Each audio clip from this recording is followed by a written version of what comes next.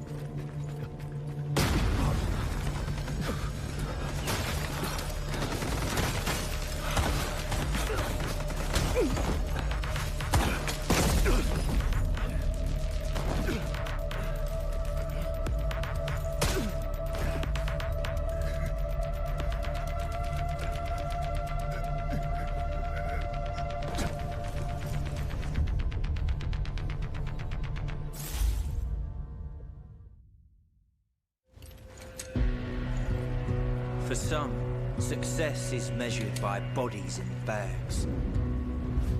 Maybe that's it then. But to me, it's measured in hearts that keep beating.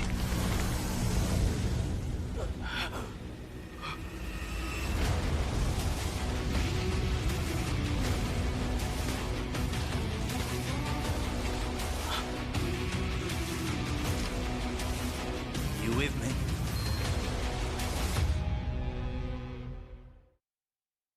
Operations. It all comes down to 3 simple rules. Search, fight, extract. Search decides how much loot you walk away with. Fight. Not every encounter needs to end in a shootout. You just need to clear whatever's standing between you and your treasure. Extract.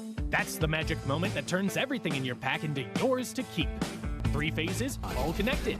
Miss one and the whole run falls apart. Gear up before you head out. The better you're geared, the harder you hit and the more you can carry. But the more you lose if you go down. Go in cheap and dying won't sting as much, but you'll miss out on those juicy, high-value supply zones. Gear up and go big, or go light and gamble. Your call. Once you're in the match, forget everything else. Loot, loot, and loot some more. Documents on desks, parts in cabinets, bird nests by the roadside, trash cans tucked in corners early on. Grab everything you can get your hands on. Priority targets, safes, and air cargo containers. Snag one high-value item, and boom! You've already covered your entry cost. Now, the real question, keep pushing your luck or cash out while you're ahead. Your pack's stuffed with goodies and you're ready to extract. Then, gunfire erupts ahead. What now? Charge in, slip past unseen, or hang back and let them wear each other down before you swoop in. Just remember, die, and you lose everything in your backpack except what's safely tucked away in your safe box. You choose to slip away quietly. Smart move! Your pockets are already bursting, but you can't shake that nagging sound of footsteps nearby. Even distant gunfire's enough to send your heart racing. You finally reach the extraction point. The countdown starts. Hold your nerve, don't blow it with 2 seconds left. Extracted. That weight you've been carrying the whole run finally lifts off your shoulders. Sweet relief. Then, there's the ultimate wild card. You stumble on a Mandelbrick. This thing's worth a small fortune, but the second you pick it up, every player on the map knows exactly where you are. Everyone's coming for you. You go from treasure hunter to hunted in the blink of an eye. Your only goal now, stay alive long enough to decode it and cash in big. Whatever path you choose, it only counts if you make it out alive. That's operations for you. Every extraction is a story worth telling. Go make yours. Received an emergency transmission from Hadawi, a Havoc nuclear engineer. Patching through. This is AZ-3 facility. Reactor 2 has been sabotaged. Havoc internal forces can't handle this threat anymore. You're all I've got left. Running blind on intel for the AO. This region is at high risk of a nuclear incident. Keep the following in mind. Shoot, loot, then time to scoop. The signal is clear. Take action. It's okay here. Not too cold. Experiment 66 is projected to conclude in T-minus 3 hours. All units submit safety risk assessments on schedule. Don't know. I've got a reading. No hazmat suits? Raise him! Let's make it quick. Enjoy the fun!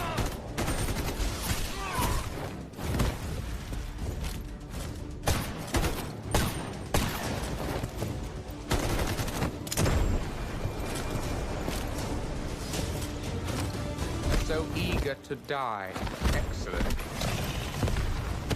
I don't know what's happening, but reactor output is still climbing. And security thinks I'm behind this. They're coming for me. GTI, move it, now! Key verified. Access granted.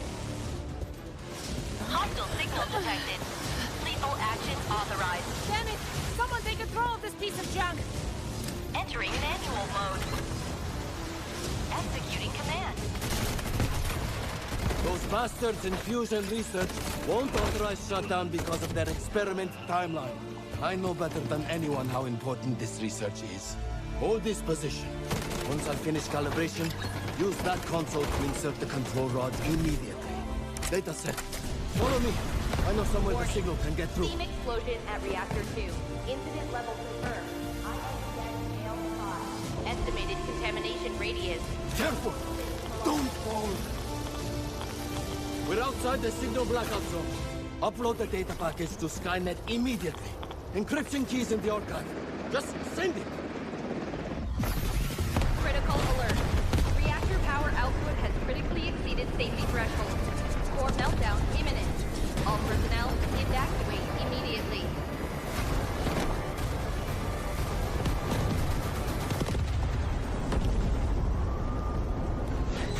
Priority alert.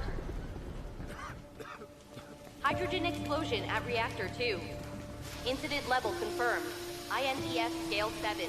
Major accident. All personnel evacuate beyond contamination zone immediately. Estimated spread radius 3.7 kilometers. Correction, 9.2 kilometers. Correction, 24.9 kilometers. Correction, 45.3 kilometers. Correction, 79.8 kilometers.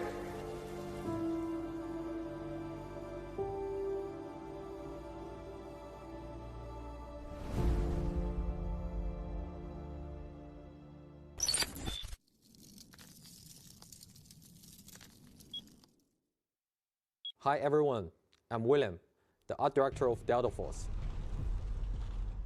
As many of you may already seen, Delta Force is launching a collaboration with Rainbow Six Siege in our next season. Since launch, we've seen a lot of passion and discussion from our community around the tactical shooter gameplay. And whenever players talk about the genre, Rainbow Six Siege is one of the names that come up most often. So, we reach out to Ubisoft. Bonjour, je suis Émilie Besson, directrice de la réalisation sur Rainbow Six Siege. Oui, Siege a toujours été défini par son gameplay tactique, le travail en équipe et aussi la variété des opérateurs que les joueurs ont appris à connaître et reconnaître au fil des années. Ces collaborations nous donnent l'occasion en fait d'amener les éléments emblématiques de Siege dans un nouvel univers tout en restant fidèle à ce qui les rend uniques.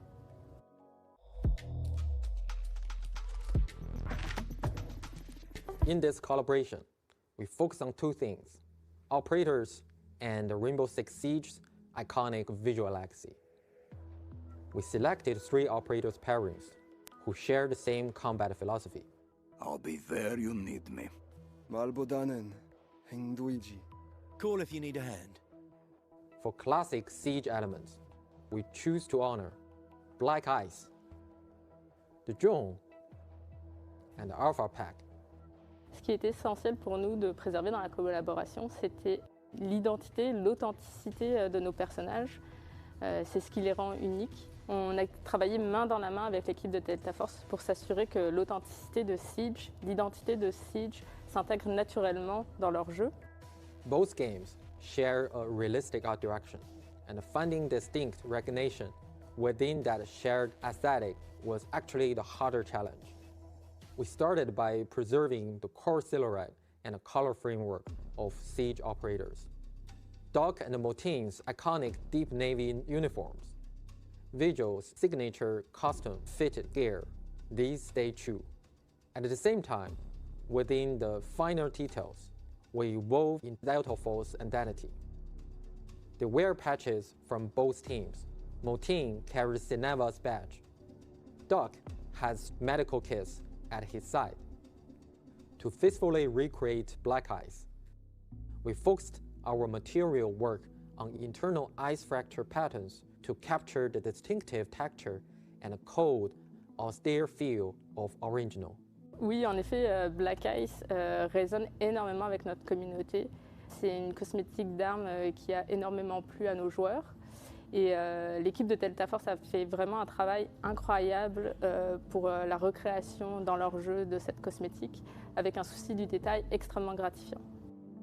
We employed a dual-layer material system combined with subsurface scattering lighting model.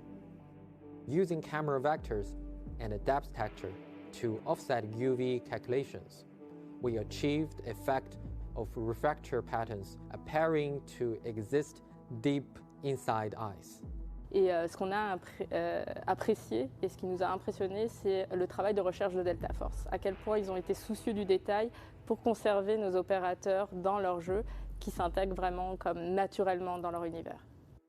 Beyond the content itself, we want as many players as possible to access and experience this collaboration. By completing in-game missions during the season, you can unlock these rewards for free. One more thing, in the new operations map, we've prepared something special for you.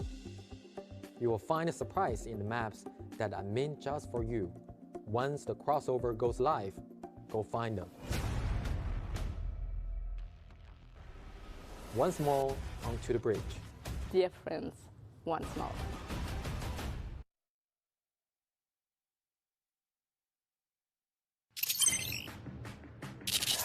My hands are sweating.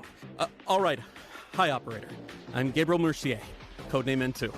Since we'll be fighting side by side, allow me to properly introduce myself. As the codename suggests, my combat style leans towards cryogenic suppression. My frost launcher paired with a cryo flask can quickly force enemies into a frost state, ensuring they pose no threat to us. If enemy positions are unknown, the homing stun grenade can precisely mark them as well.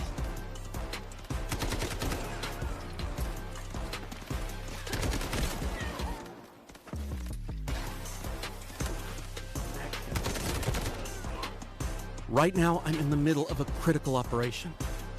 One where failure is not an option. I hope this mission can make up for some of my past mistakes, even if just a little. Mission target zone, AZ-3, Asara's only source of nuclear power. The plant's power output is spiking abnormally.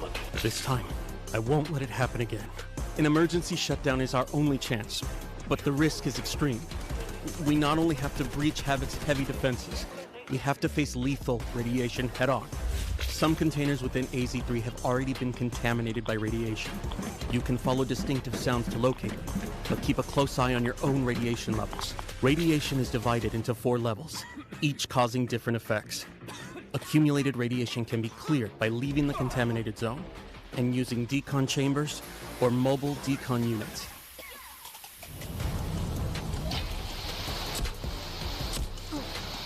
During the incident, some personnel lost their access keys. We can use these keys to infiltrate the classified zones and gather intel and supplies. Key verified. Access granted.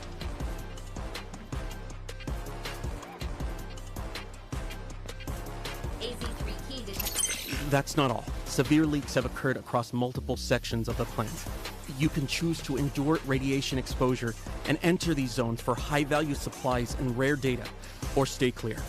The choice is yours. Havoc has deployed a large number of purification soldiers at AZ-3. Once your position is exposed, heavy purifiers will apply debuffs like corrosion and slow movement, but attacking the weak spot on their back can neutralize them quickly. An even tougher threat comes from the relink agents. H-1000 personally leads H-47, H-800, and other agents to guard the facility. All of them connected through Skynet. They're extremely persistent. Stay on maximum alert. One final thing. If we do manage to shut down all the nuclear facilities, something unexpected might happen. Disabling attention. All AZ-3 terminals disabled. Of course, the nuclear plant has new collectibles too. Over in Warfare, things are heating up. The flames of war have reached the weathered stone walls of the Colosseum. This 1,000-year-old city is sliding toward ruination.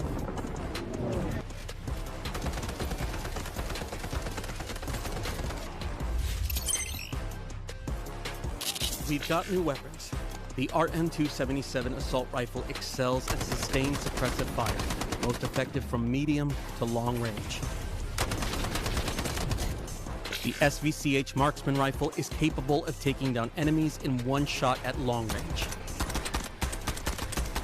There are also some bonus events coming up. Play Ole Ole Ole to earn points and exchange them for sports-themed rewards and exclusive avatars.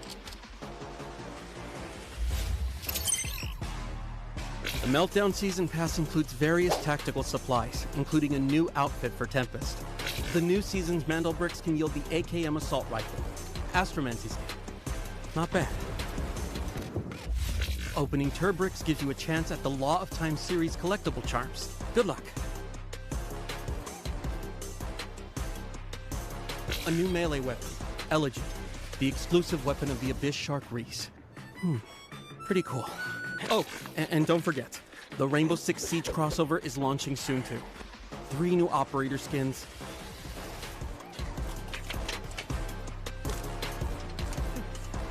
Black Ice weapon skins, and special collectibles. Huh. Now that's something. Covers the main updates for the Meltdown season. Don't mess this up. Don't mess this up.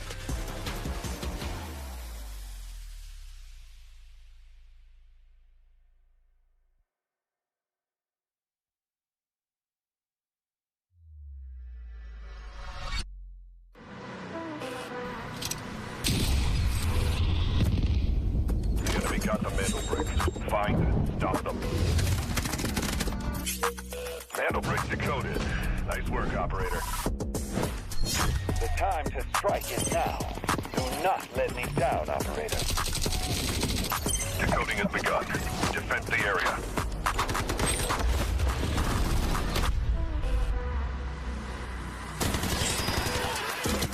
Is about to take the first Mandelbrick of the tournament. They're going to do it. What goes around, comes around. Oh, I'm not going to do very much, though. You get barrel stuff. Skitey is getting aggressive. See what I did there? You ain't seen nothing yet. Let's knock them off their feet. There we go. Down to there it is.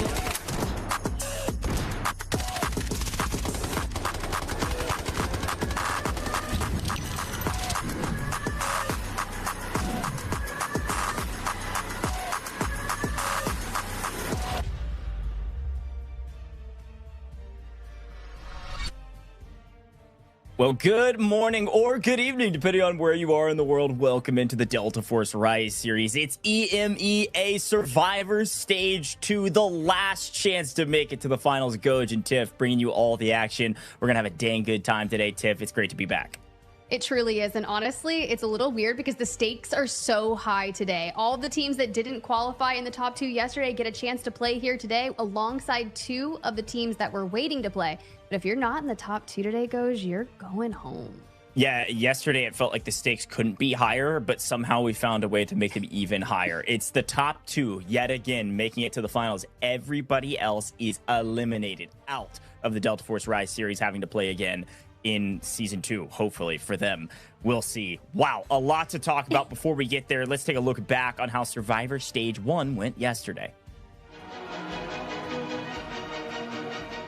Team Genius are trying to apply the pressure here, and with all 3 members of Team Gotaga in the same exact room, and Luna landed some of the utilities, they're gonna be able to flush them out. Hannah lands some of the first shots there. He picks up a second one immediately, and on the back foot of that, on Zero Dam, we see Hannah picking up a 3-piece.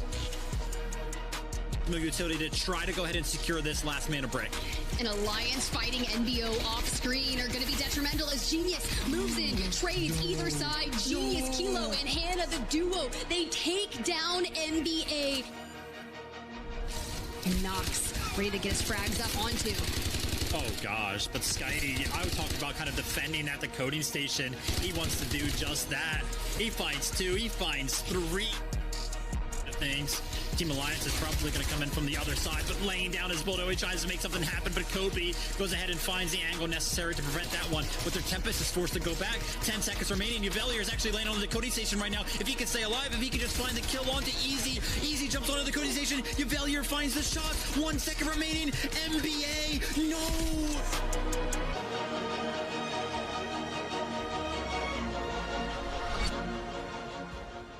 Some fantastic highlights, but it was Alliance and Team Gotaga that came out on top at the end of the day. And Tiff, I'm going to be honest, this leaderboard looks crazy. The fact that this is where we ended. That's what I'm telling you. When we were doing Americas yesterday, I was like, EMEA was crazy. We had our Brakkesh round 2. Not a single brick was able to leave that. Everyone got hyper defensive. You couldn't even get the brick off the station to get it to a decoding station. So the fact that we have Alliance and Team Gotaga that were each able to acquire one, I'm telling you, it was a crazy day. Genius looked really good, though. I will say that. NBA, maybe a slight off day alongside number 1, and FLC tried to open the door and find movement. They got some kills, but I'm really curious what they're going to do today. Yeah, I mean, I cannot believe this was at the end of round 7, and this is what our leaderboard looked like. But you're right, going to see all 4 of those teams that did not get a brick into the competition today, along with LFS and AGARTHA. But let's take a look at the overall rankings. Individual top slayers, still Team Gotaga's Nox at the top of this leaderboard at 53 total. You've got Dark Entities, who haven't played in a little while now, still into a top 3 as well. But Skydie from NBA, you hear me talk about him in every single break transition about how he's been barrel stuffing his opponents for a long time. That's because NBA has been around for a long time. They competed on land in China for the Delta Force Invitational a while back, and it's the same roster still competing, and somehow, some way, they have not made it to the finals yet, even though Skydie was a top 3 individual here. We'll see what they're able to do at the end of the day, at the end of the competition today. But Uzbishka has found his way to the top damage dealer. Actually, he's been here since basically the beginning of the competition weeks ago, putting up crazy damage numbers, whether you through utility or whether through some high caliber weapons. He does a little bit of both. Doesn't have, necessarily a top 3 position on slaying category, but damage dealing, he's been killing it throughout the course of the entire Delta Force Rise series. FLC Salawa, though, a highlight level player we have to watch as well. And then Team Gotaga's Maxa, top 3 in the damage category. Talking about assets, though, pretty much the exact same, Tiff. Yeah, a little copy paste. If you're getting kills, you're probably going to be up here on this asset gaining leaderboard. Plus, if you do have some really large extractions, just yesterday, NBA and map number 1 extracted with 7.3 million of value off Zero Dam. Yeah, wow, that's a big number for our first eco round. Yeah, that'll definitely move you up. And of course, if you win maps and are able to get out as well, that's a great way to get your money way up. And of course, supply points do matter. But you take a look at the top assists across the board, and Salawa finds his way to the top again. Maxa the same. So a lot of individuals that have had some highlight level performances, been MVPs for their teams. You see Flarich here for Dark Entities as well, making an appearance in a top 3 category. But even some folks inside the top 5, you still see Nox there in 5th overall. And WLG's Oko even putting up a ton of assists for his team. So just kind of goes to show that, yes, this is a team-based game mode, and we always talk about the macro of the teams, but even some micro from individuals makes a big difference for these rosters. Everybody has their own role. But let's talk about the macro. Let's talk about the entire event. You can see where everybody landed in our group stage rankings. Dark Entities, WLG at the top, and then everybody else followed from there on out. And today is Survivor Stage 2. So we saw Survivor Stage 1 yesterday. Those are the highlights. And you see who now finds their way into the finals. Alliance and Team Gotaga with WLG and DE. So today, our chance for 2 more teams to join the finals, the last 2 teams to join the finals and earn some extra cash. And of course, I'll be paying attention to, in particular, LFS and AGARTHA, who have been waiting for their chance to still play for the finals, as they were the last 2 teams to barely scrape their way out of the group stages, Tiff. It was a really interesting end of the group stage for AGARTHA and LFS, because you kind of had to lay it all on the line and have a perfect performance to make sure that you're not inside that bottom 2, in which we saw Fnatic and FPOV there. Even number 1 had to take a Friday victory on one of the final weeks to be able to get there. So now that we're in kind of our backs against the wall, a lot of these teams have felt that pressure before, but with only 2 spots on the line, you gotta be perfect. Gotta be perfect. Well, folks, if you haven't been paying attention to the Delta Force Rise series, let's take a quick look back on how it all worked. Delta Force, One game, 2 regions, 1 shot at glory. This is the complete guide to Delta Force Rise Series EMEA and Americas Season 1. Everything you need to know, from the very first match to the last squad standing. The path is the same in both regions. It starts with the open qualifiers, open to any team that wants to compete. The best push through to the group stage, where the top 2 advance directly to the finals, bottom 2 eliminated, and the rest battle through the survivor stage to earn their spot. From the open qualifiers, 12 teams have fought their way into the season, and only 1 will lift the trophy. The group stage runs for 4 weeks, with matches every Friday, Saturday, and Sunday. The 12 teams are split into 4 groups, A, B, C, and D.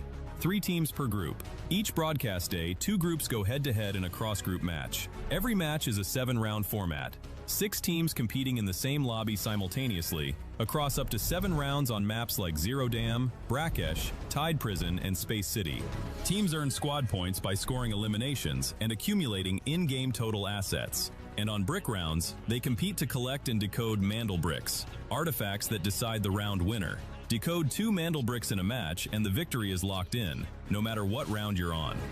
After 12 match days, the group stage standings are final. Places 1 to 2 go straight to the finals. Places 3 to 8 enter Survivor Stage Day 1. Places 9 to 10 drop into Survivor Stage Day 2. Places 11 to 12 are eliminated. The Survivor Stage is where the bracket narrows fast. Day 1 brings those 6 teams together for one 7-round match. The top 2 advance directly to the finals. Places 3 to 6 get 1 more shot. Day 2 mixes the 4 survivors from Day 1 with the 2 teams ranked 9th and 10th from the group stage. Again, 6 teams, 1 7-round match. Top 2 go to the finals. Everyone else is out. 6 teams, 1 day, 1 lobby, 1 match. This is the finals, the ultimate showdown of the season. 2 teams earned it through the group stage. 2 more survived Day 1. The last 2 came through Day 2. Every team deserves to be there. The top 3 finishers earn an invitation to Season 2. Welcome to Delta Force Rise Series EMEA and Americas Season 1. Loot, shoot, extract.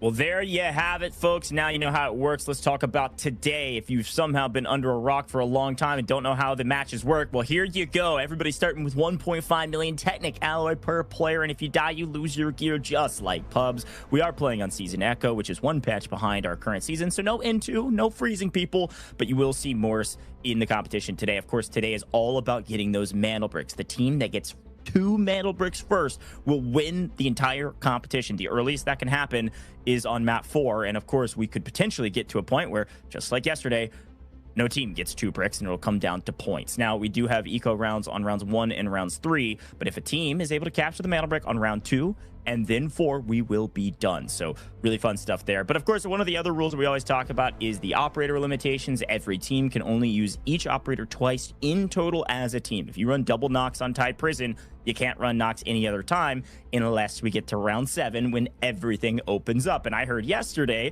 that there's a couple teams running double Tempest on round 7. So it can get real crazy real quick.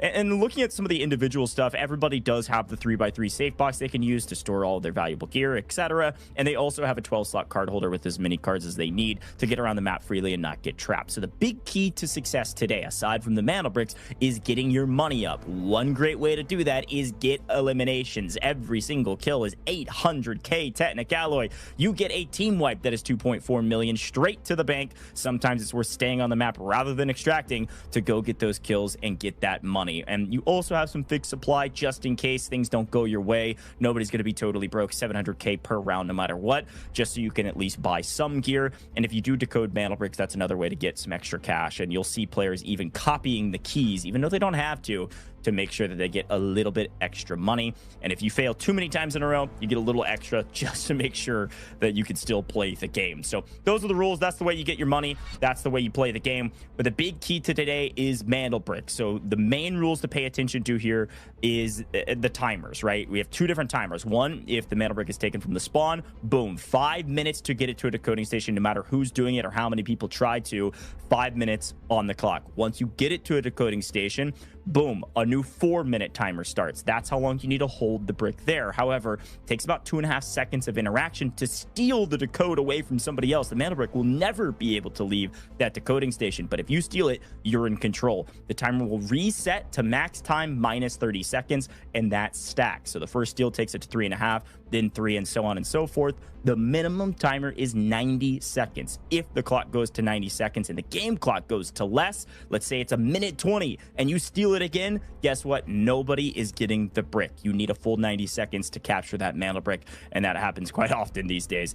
Final rule, and the important one here too, is that if you're running out of daylight and you don't think you're going to be able to get the steal, or you can't get there in time because of all the util being thrown, guess what? Just wipe the team decoding that brick, and that timer will pause. And that's another way to steal the brick away. You will still have to go get the brick eventually, but wipe the team, pause the timer, then go get the brick. So that's the Mandelbrick rules. That's the most important piece of the puzzle, but there are some other pieces, the inside pieces here, Tiff, and we know that tiebreakers desperately matter. Yeah, we really like to keep an eye on these squad points, especially in the first 3 rounds when it comes to having those tiebreakers even later once those Mandelbricks come into play. And how you get squad points is essentially from 2 factors. It's kill points plus supply points. Each kill is 1 point. So you wipe a team, you get 3 kills, you have 3 points. Those supply points are a bit different, right? Every 2 mil in total stash assets earns 1 point. Not 1.9, it has to hit 2 million. And to get another supply point, you'll have to go to 4 million and 6 million. But every tier of 2 million unlocks 1 point, and we do round down. Yeah, these are very important points to remember, especially if 3 teams get a brick, for instance. We'll need that tiebreaker for who gets second. That's what happened in Americas. But we got a lot of money on the line, folks. And this, specifically, the top 6 earn a crazy amount of cash. $60K if you can win it all here in the Delta Force Rise Series. Tomorrow, Championship Sunday is right around the corner. The final 2 teams will be joining us. And the final 2 teams that make it through today will assuredly, at minimum, get 6th place, which means they get 10 grand for making it to the finals. Here's a look at all of our teams, where they could land and how much money they could pick up. Of course, we do see that FNC and FPOV unfortunately get kicked out of the tournament pretty early. They still walk away with $1,000 each just from making it to the group stages through the open qualifiers or otherwise. So congrats to them for being a part of this. Unfortunately, not the results they would have wanted. We're looking for top 6. That's our final lobby tomorrow. So if you find yourself not making it out of the stages today, hopefully you earn at least a little bit of cash. 5 grand, 2,500. That's kind of what you're playing for right now if you can't make it to the finals. And the finals, there it is, August 9th. It's tomorrow. I can't believe we're almost done, Tiff. But quick look back on how everything went through the group stages as well. Yeah, a couple of names that are immediately jumping off the leaderboard here is the fact that GATAGA and Alliance, they were in the top 2 yesterday. So teams that are still in the lobby that have match day wins, you've got Genius, who's had 2 match day wins. Number 1 came in and grabbed that match day 10 that they really needed to do. Same with Living for Success, who only has 1 chance. They were your match 11 groups A and D winners. So knowing that we have teams that have the capabilities to get a match day win against teams that are in the current lobby goes to show that they have what it takes to get inside the top 2, which I think means, Goj, this is going to be incredibly competitive. The fact that NBA is still in our lobby is pretty intense. Yeah, they had a match win as well, and you can see they got 4th overall in the group stages. Like, really impressive stat line from them. They had a solid amount of points as well. I think they ended with pretty close to even playing for 3rd. Yeah, it was 30 total points through the group stages. So great job from them. But we got to talk more about AGARTHA because we haven't seen them in a little while. You can see all 4 of the players on your screen. Nast here. In general, this has been a team that has frankly struggled through the group stages. They weren't able to find a ton of success. They still put up 17 points. They still got a brick at one point. They still had an okay time, but they were still 4 points behind being a top 8 team, and they weren't really able to catch any big wins. So this is an opportunity to kind of turn their fate in the final hour. Yeah, I think they were able to get a match day win inside the first week, but Living for Successes didn't come until the very end. This is one of those teams that was in a do or die situation of even making it into the survival weekend. So knowing that they had to clutch up, they finally get their first match day win. They looked really solid doing it. And when that happened and getting the double brick, it went the distance because Dark Entities was in the lobby. Team GATAGA was in that lobby, and they're already waiting in the final. So Living for Success has what it takes, but honestly, so does Genius. Hannah was looking insane just yesterday playing through match day 1, making a lot of moves that allowed Genius to rack up some kills. I'm talking 4 kills alone just in Zero Dam on getting their money up. They came out, had enough squad points, and they actually chowed and Brakkesh to jump up to 17 squad points, a team that has the capability to get into the top 2 today. 100%. I mean, they're top 5 in the group stages. You can only imagine they make it to be a top 6 team overall. But FLC, let's talk about this roster as well. They find their way to 5 bricks throughout the course of the season. They find their way as the 6th place team through the group stages. And they've had their ups and downs, right? 27 points in the group stages is pretty solid, frankly. Salawa being a difference maker for this roster. You see Salawa topping most of the individual leaderboards. And the rest of the team, solid support players, etc. But in general, it is consistency that they've struggled with. And today, they desperately needed to be a top 2 team. But these guys, I gotta talk about them. Boldo, Skydie, Uvalier. I've known these guys for like 2 years at this point. This is one of those rosters that definitely is a surprise that they're still here and still fighting for a spot in the finals. If you had to say, what are your predictions today? I would say it's an NBA victory. This team is systematic. They are textbook. They know how to play this format, and things have gone pretty well for them through the group stages. But consistency, again, a big question mark. Talk to me about number 1. See, this is the team that maybe lacked a bit of that consistency that you're talking about, right? Their match day win came in at the very end to pull themselves up to mid-pack on the group series. And basically what that led to them be able to do was to play in Survivor match day 1. However, not getting into the top 2, we find themselves here. They could not find any momentum in yesterday's lobby. And it did play incredibly weird, but I'd imagine based off what they learned yesterday, they're going to tweak some strats, come into today, and completely change it up. Here's a look. All of our rosters all ready for their final chance to make it to the finals. And now, as you look back on everything that you've been through, and we see our classic map rotation, nothing has changed, of course, for our final chance to make it to the finals. I think when you look back at the group stages too, you know, I'll talk about Mandelbrick Addiction again as kind of a case study point for this region. Not a lot of eliminations from a team like Mandelbrick Addiction, but today, eliminations may matter for tiebreakers, but today is all about playing for the objective. Teams like Genius, who found 6 bricks throughout the course of the group stages, that's tied with Dark Entities, who won the group stages. Playing for Mandelbricks today, the teams that are good at that are going to be the teams on top. So as we move into our first eco round and we turn our eyes towards Zero Dam, we kind of know the normal flow of operators that'll be chosen. D-Wolf, Raptor, the top 2 pick rates by a country mile. The third, kind of just whatever your comfort pick is, or whatever operator you want to choose based on your play style, or maybe the operator you want to choose so you don't have to choose it later when you're getting low on which operators you can play. Well, as we look at our players, it's time to lock it in. It is the final chance for Genius, the final chance for all of our teams in the lobby, but Genius in particular. I said they were looking so dang good yesterday. I thought that there was a chance that they were going to move on, but once we got into those later rounds, things started to get incredibly messy. Jex, FLC even found good fights starting on Zero Dam, but things did not go their way, even with a tier 1 spawn on that first initial Mandelbrick round. But that's yesterday, and today's a new freaking day, and the world is basically your oyster at this point. A new day, a new lobby with some new teams means everything is going to play differently. Really excited to get things underway and see what these teams are able to do and what they're able to accomplish. Today is all about playing for those Mandelbricks, and I think everybody knows that. We know the way the maps played yesterday means that likely our first eco round will start fairly slow. Yep. But you never know. Somebody could say, you know what? Let's change the pace. Let's pick up the pace. And let's get active. Folks, it's time for our first eco round. It's time for our first Zero Dam round, which means you all know what that means. Well, frankly, we've got another giveaway for you. Guess what? Our first giveaway of the day. It's time to go get your Neko Mimi spray paint. You got to type in the code before it's gone. 35 total redemptions. Type it in as fast as possible. Once they're gone, they're gone.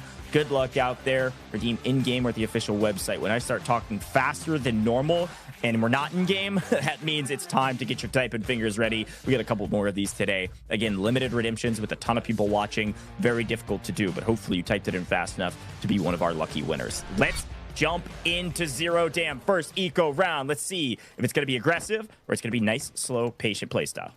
Ooh, immediately as we got AGARTHA, the first time seeing them as they did not play in yesterday's survival match day 1. They will grab that tier 1 spawn and immediately full send into the admin area. Same with number 1 over there on the eastern side. So we'll see. Probably not going to run each other for the time being, but it's all about dealing with the boss looting up. NBA do have Cement Plat with Living for Success up there in Barracks. Now, that is another one of those teams that we did not see yesterday, could shake up the pace of play in the lobby. My big question is Genius, who are real frag heavy on Zero Dam from Major Substation, could look to make a play. It also kind of hurt them because we thought about how some teams were starting to extend out.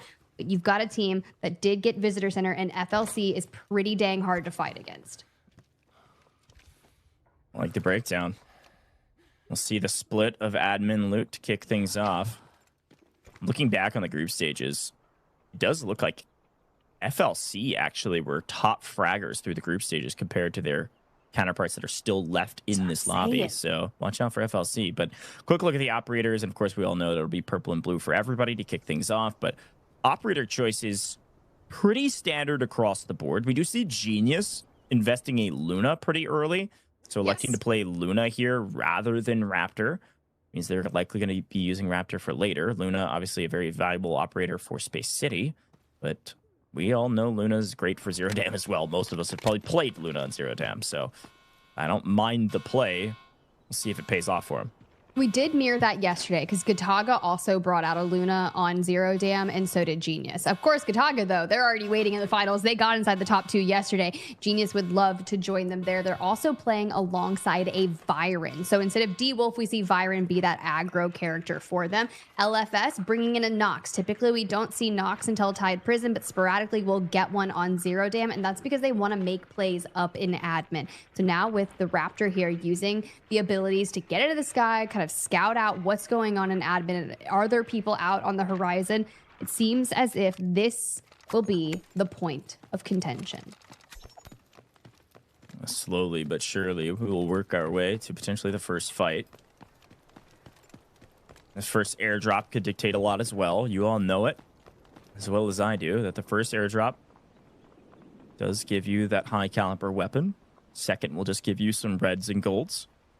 Potential first piece of action here, though. Some footsteps around the corner. LFS. We're sprinting forward rather than crouch walking. Here's the first action, and a great shot across the bow. Evan take one down and almost able to get a second. AGARTHA able to answer back. It's going to be a 2v2. They trade blows as Nast finds one member of LSF. That's Evan that's currently down. Still on red, though, and crawling.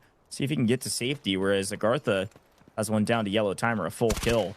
The first going to LFS. I was curious if the Blender was automatically going to try and hit the reset, but LFS keeping the aggression onto AGARTHA. And things are really difficult if you're trying to make this happen. We do need to hit the reset, but knowing where those bodies fell makes things difficult, but at least we get behind a shrivel of coverage here and immediately hop it with Stickinson holding AGARTHA for the time being, and they actually have the body of the down player of AGARTHA, so stuck as a duo. And mind you, there's still 2 other teams up here on the northern side. Of course, they're towards Eastern admin, but if they really want to get into this, they totally could. Let's check in actually with Evan here from LFS and see how he's feeling coming into day 2. In difficult situations, the most important thing is to stay calm and do the work needed for your team. Also, if we started to deploying the Mandelbrick and we stay in our prepared positions, everything will work good. Ooh, okay. I like it. Some quick insight there. You got to stay calm and pressure, and, well, that's exactly what they're doing right now. Great job from LFS to be able to pick up their third before crediting that kill to their opponent. I love how you're talking about staying calm, and the first thing we see for them is putting up a Raptor drone in the sky, seeing where AGARTHA is, and full sprinting at it. Yes, but I mean, if you're calm under the siege like that, I love it. I love it. All right, Genius getting really aggressive with Viren, plays through the side and somehow gets credited the kill, even though teammate was on the backside. AGARTHA in deep trouble. AGARTHA in the lobby. Holy cow. Okay, EMEA, I see you. I like this aggressiveness. Some early action. The signal flare shot into the sky early of, hey, we're fighting. And Genius going to join. They do get one traded, but still a nice team wipe. And the first thing they're going to do is immediately start to scout out where did LFS go. Number 1, also showing some signs of life over here, but in terms of our airdrop going south just above that paid extraction that's not unlocked yet into the hands of NBA. So having Raptor allows you to kind of scout out for that. Is anyone else pushing for this airdrop? And honestly, if we're not quick enough, there's a really good chance that FLC could move for this. Yeah, that airdrop for you, Valir, is going to be bad news for everybody else. This NBA team is deadly with their high caliber weapons. It is going to be the AWM, and it's Lapua ammo, so watch out. We all know the sound of that weapon, and if you do hear the sound, you better run and you better hide, because you're about to be dead. In the meantime, we've got potential fight happening on the bottom side of admin underground. It's like MBO has gone downstairs, maybe take a look at what's going on with Genius, but also wanting to make sure they don't give up the top side of admin as well. All right. Yeah, you're right. Just a small moment here. LFS have rotated out, gone north, which is great. NBA still hanging down by that extraction, and FLC have backed off, as you can see on your screen, through major substation. Across the way, Genius has got a 2.7 mil in profits. NBA starting to skyrocket up there solely thanks to that AWM.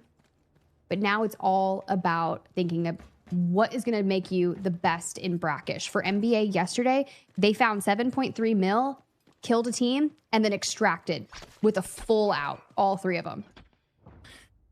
Yeah, I mean, if I'm NBA, I'm probably just prioritizing getting out at this point. We talked about this so many times that it probably sounds like being a dead horse a bit, but once you get that high caliber weapon, unless you can find full team wipes and make it worth your while in the points category, use it on the Mandelbrick rounds. NBA now having that weapon and alone on the south side of the map, I think they're just going to go out via paid extract here, or at least buy it and then play the map a little bit and then retreat back to it, but we'll see what they decide to do. Of course, we're on board here with LFS, team doing wall breaker, one, making sure, actually two, making sure they don't get flanked here and trapped. Wall breaker important for a couple reasons. One, you're going to find some nice loot from it, but two, those lucky wooden sculptures also come from wall breaker. That's another way to get gold gear rather than buying it yourself, so pretty important for them. I actually like it. Value. Yeah, they're like staying in their lane. The only thing we've been hearing from our players is like, hey, you have to focus on your game. Cannot expect someone else to do it for you. Cannot expect the loot to come. Make it happen. And LFS are doing just that. That's exactly right. The next fight that could break out is probably still MBO and Genius playing the low side of admin. But I'm very curious what this team will do. Genius looked really good pouncing onto the duo left of AGARTHA. Like, honestly, it was very quick. And you've got the Viren. You have the Luna. Not only do you get her Volt arrows, but you get the information. So we'll see how it goes. For now, we jump back to NBA, who have activated the extract down on the south side. Curious to see if we do send the AWM out of here and maybe leave a duo onto the map to go for a fight. Yeah. That's the fair play. They are going to do the paid extract. And again, they don't have to leave. Once you buy it, it's yours. They can.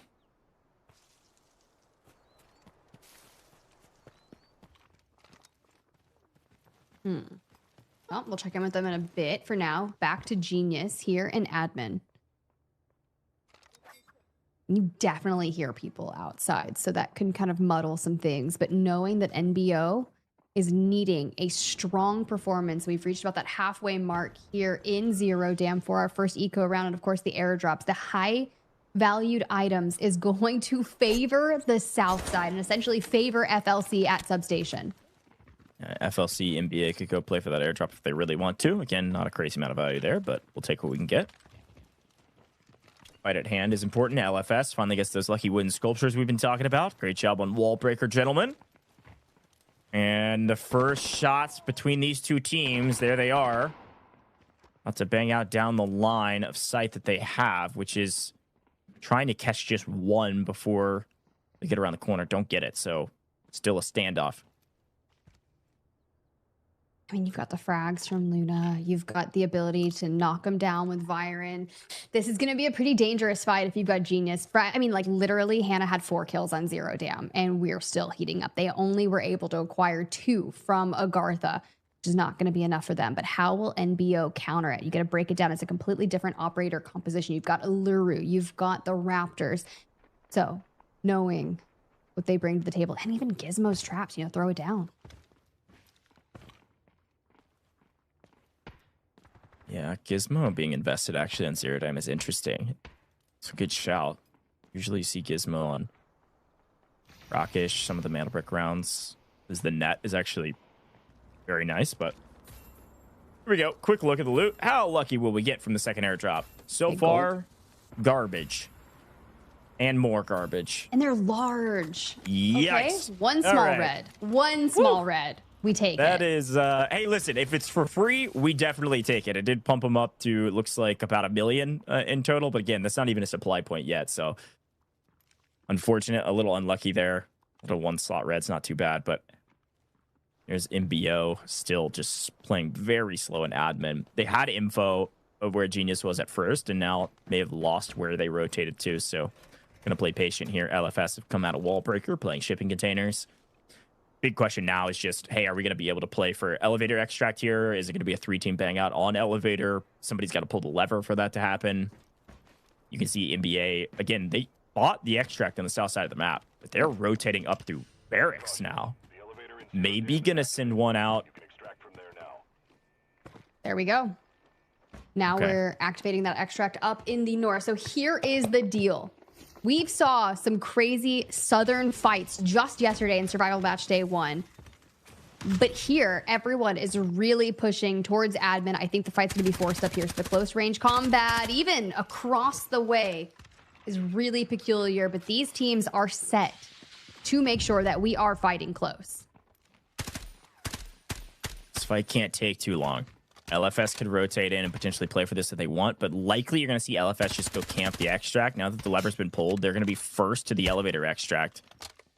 Or should be at the very least. So we'll pay attention to this fight. We'll keep you updated on who's where. Because that extract will be the last chance for some of these teams to get out of the lobby, at least as a whole team of 3.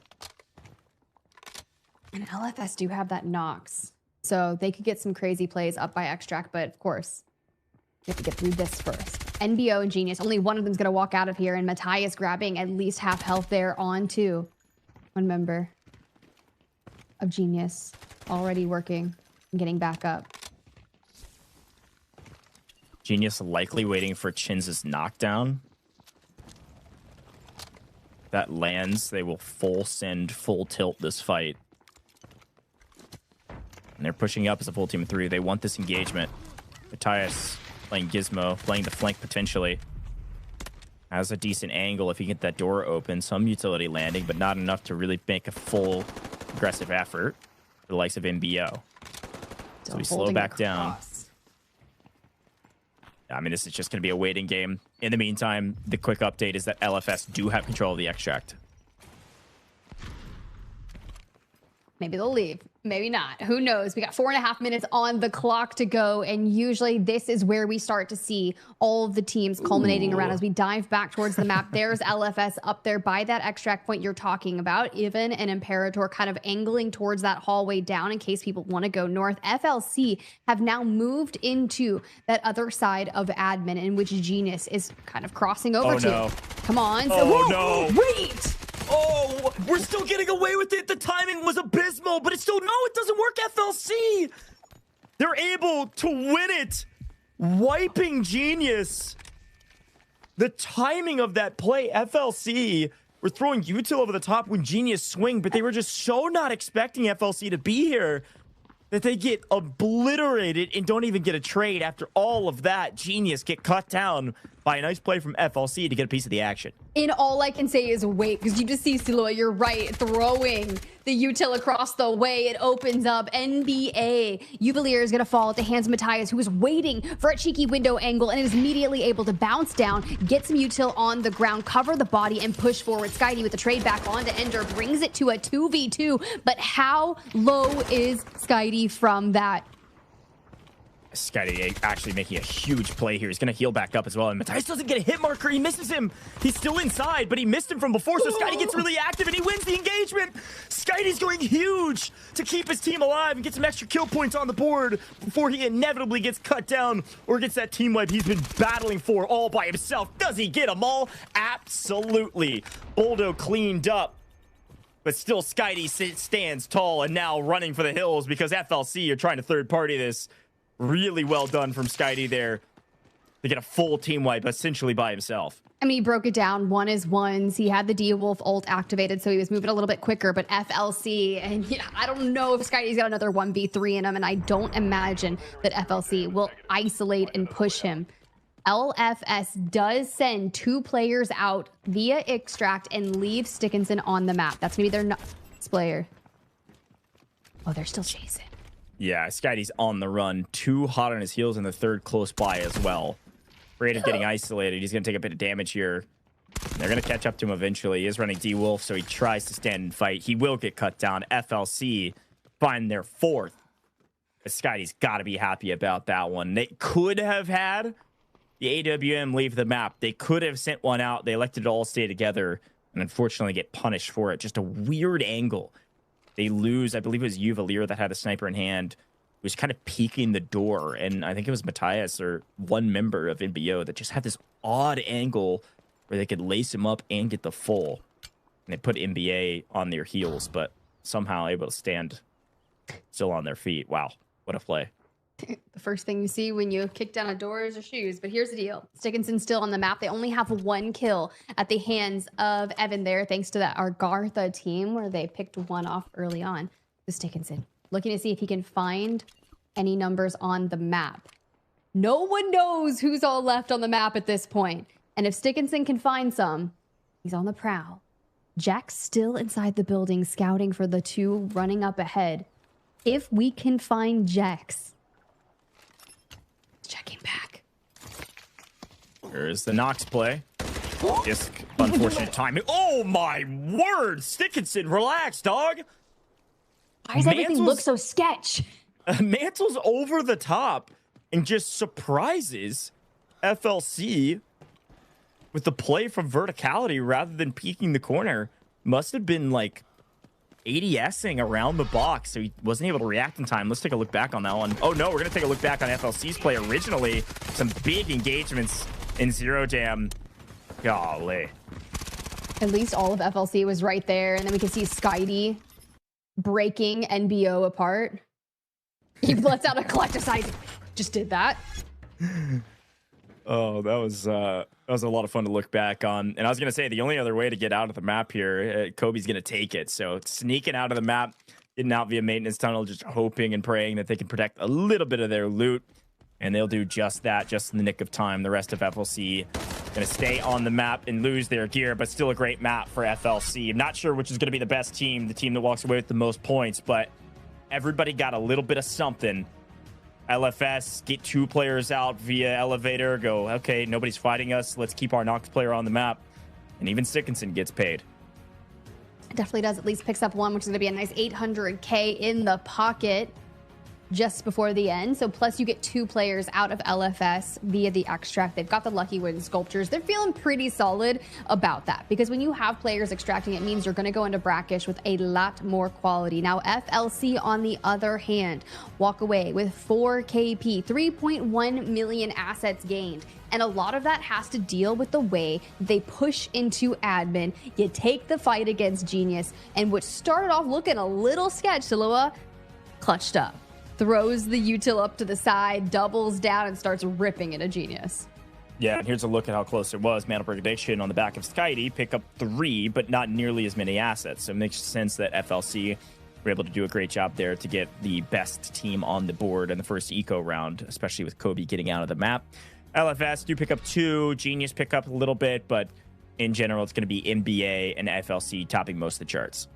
Definitely is. Skydie there with 3, FLC and Kilo there from Jen, kind of rounding it out, but a big 3 KP. Of course, the damage is going to be at the top for Skydie with what he was able to do up in admin. LFS grabbing some nice damage, and based off their initial engagement over with AGARTHA, you have to think about the assists. Because FLC, Silua, sure, he was the opening fire there on that engagement against Genius, but you did have Kobe and such at their backs, making sure they grab it. In terms of our asset earners, Kobe walking away with a nice 2.6 mil.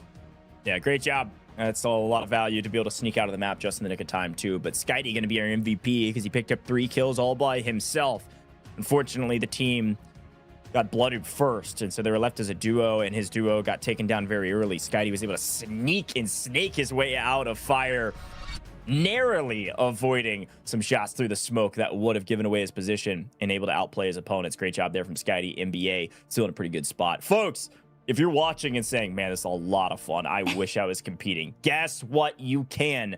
Season 2 right around the corner. We are almost done with Season 1, and Season 2 will start, at least open registration will start in 2 days' time. Get your teams ready. Some roster mania may be happening at the end of Season 1, but you, who've been watching from the sideline this entire time, could compete this next season. You could have Tiff and myself and many of our other casters casting over your impressive gameplay. I'm sure you've got it in you. Go get your team ready. Get that open registration, folks. We're going to take a very short break here in the booth. When we come back, it'll be our first Mandelbrick round. It'll be Brakkesh, and we'll get a chance to see who could maybe take a nice early lead in the last competition to make finals. You're not going to want to miss it.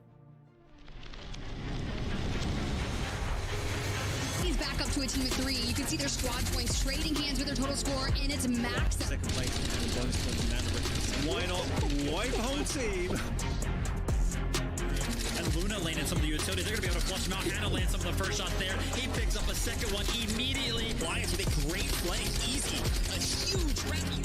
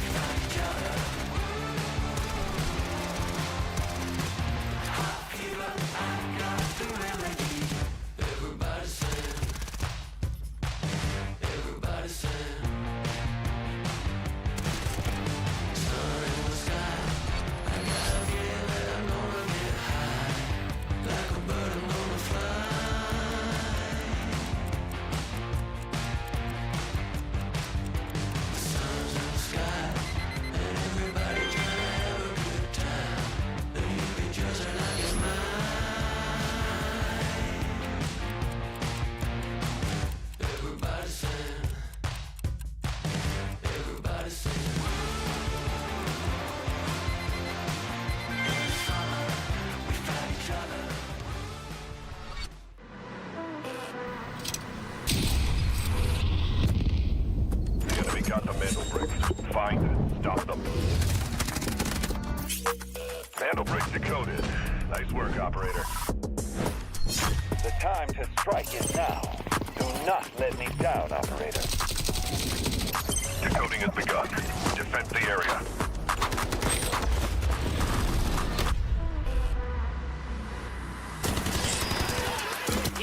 Is about to take the first hit to bring up the tournament. And they're going to do it.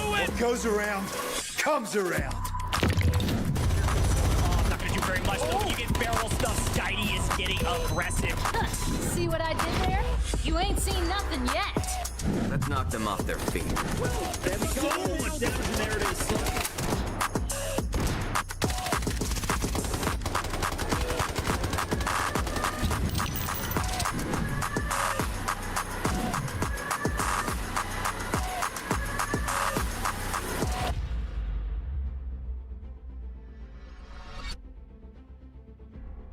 Welcome back, Delta Force Rise series here, EMEA Survivor Stage 2, last chance to make it to the finals, and just like our break content shared, Skydie was getting aggressive. NBA pick up their MVP of the match, but the MVP as a team was FLC, picking up 4 total kills, so our leaderboard may be fairly tight after the first eco round, but those 2 teams are likely on top.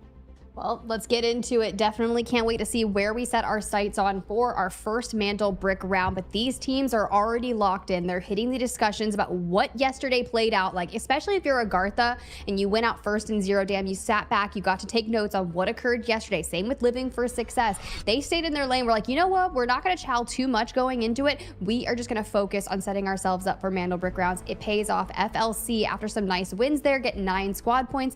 NBA, couple good fights go their way, 6 squad points, tied alongside LFS, who did get out with those lucky wooden sculptures, mind you. Genius, who get wiped early, same with AGARTHA. And number 1, after picking up some movement there onto some players, it's pretty close, okay? It's still close. Yeah, I mean, still close across the board. I mean, everybody got a little bit of something, which you can't always say that. So we'll take what we can get if we are the teams here in EMEA getting some nice action, a lot more aggression in the first eco round, which can I just say I appreciate. Okay, thank you for putting on a show for us, ladies and gentlemen. We'll see a lot more action, I'm sure, in the Brakkesh round, but nobody really clearly setting themselves apart. It's still a pretty close matchup across the board, and this round will really dictate who has a very important lead early. This first brick will dictate a lot of the way this one plays. Now, I know, Tiff, last time you casted over EMEA yesterday, nobody got the brick in Brakkesh. So do you expect that? Do you expect that to be the case again today, or do you think somebody's going to pick it up? I think someone's getting a brick. I 100% think we're seeing that. We did have, I believe, 2 teams in EMEA invest to bring in a Tempest on Brakkesh. Didn't actually pay off. Now, mind you, we did go for that Royal Museum decode, and it turned into a bit of a bloodbath, all right? Yeah. It was trading hands a ton. People were really vying for it, but it came down to the fact that our numbers were just there, and the time was not on anyone's side. So Uluru, if we are going for the Royal Museum decode, is going to be really vital, right? Those incendiaries, you pop it on there. Toxic for the info. Raptor, yes, of course, with scouting for behind there. But honestly, I think Gizmo is more vital. Yeah, I mean, Gizmo's found himself a pretty nice spot into the meta of Mandelbrick rounds. I think namely because the net actually interrupts your steal. And so you see that happen often, especially on the museum decode. You're able to kind of sneak a decode from the backside of the museum decoding station. And if you net somebody while they're doing that, it'll interrupt it. It's one of the only ways, since you can't shoot them from the outside angle if you're holding it. So some fun things to talk about once we get into it. But of course, we have to talk about spawns as well. AGARTHA and number 1, they did pick up the T1 spawns, which means that the 2 teams that will be assuredly not getting that tier 1 spawn going into the first Mandelbrick round. Why are they tier 1? You all know the answer to that. The brick spawns just outside of museum, and there's a coding station just inside of museum. So if you pick up either of these T1 spawns, you're assuredly going to get to the brick first. Well, let's get into it, honestly. We know the teams that are going to potentially be getting down in the new Tower of Babel. They'll loot quite a bit before descending up above to focus on the brick. But one thing is to be certain, if you want to compete for 60K tomorrow, you've got to get a Mandelbrick. 2, even better.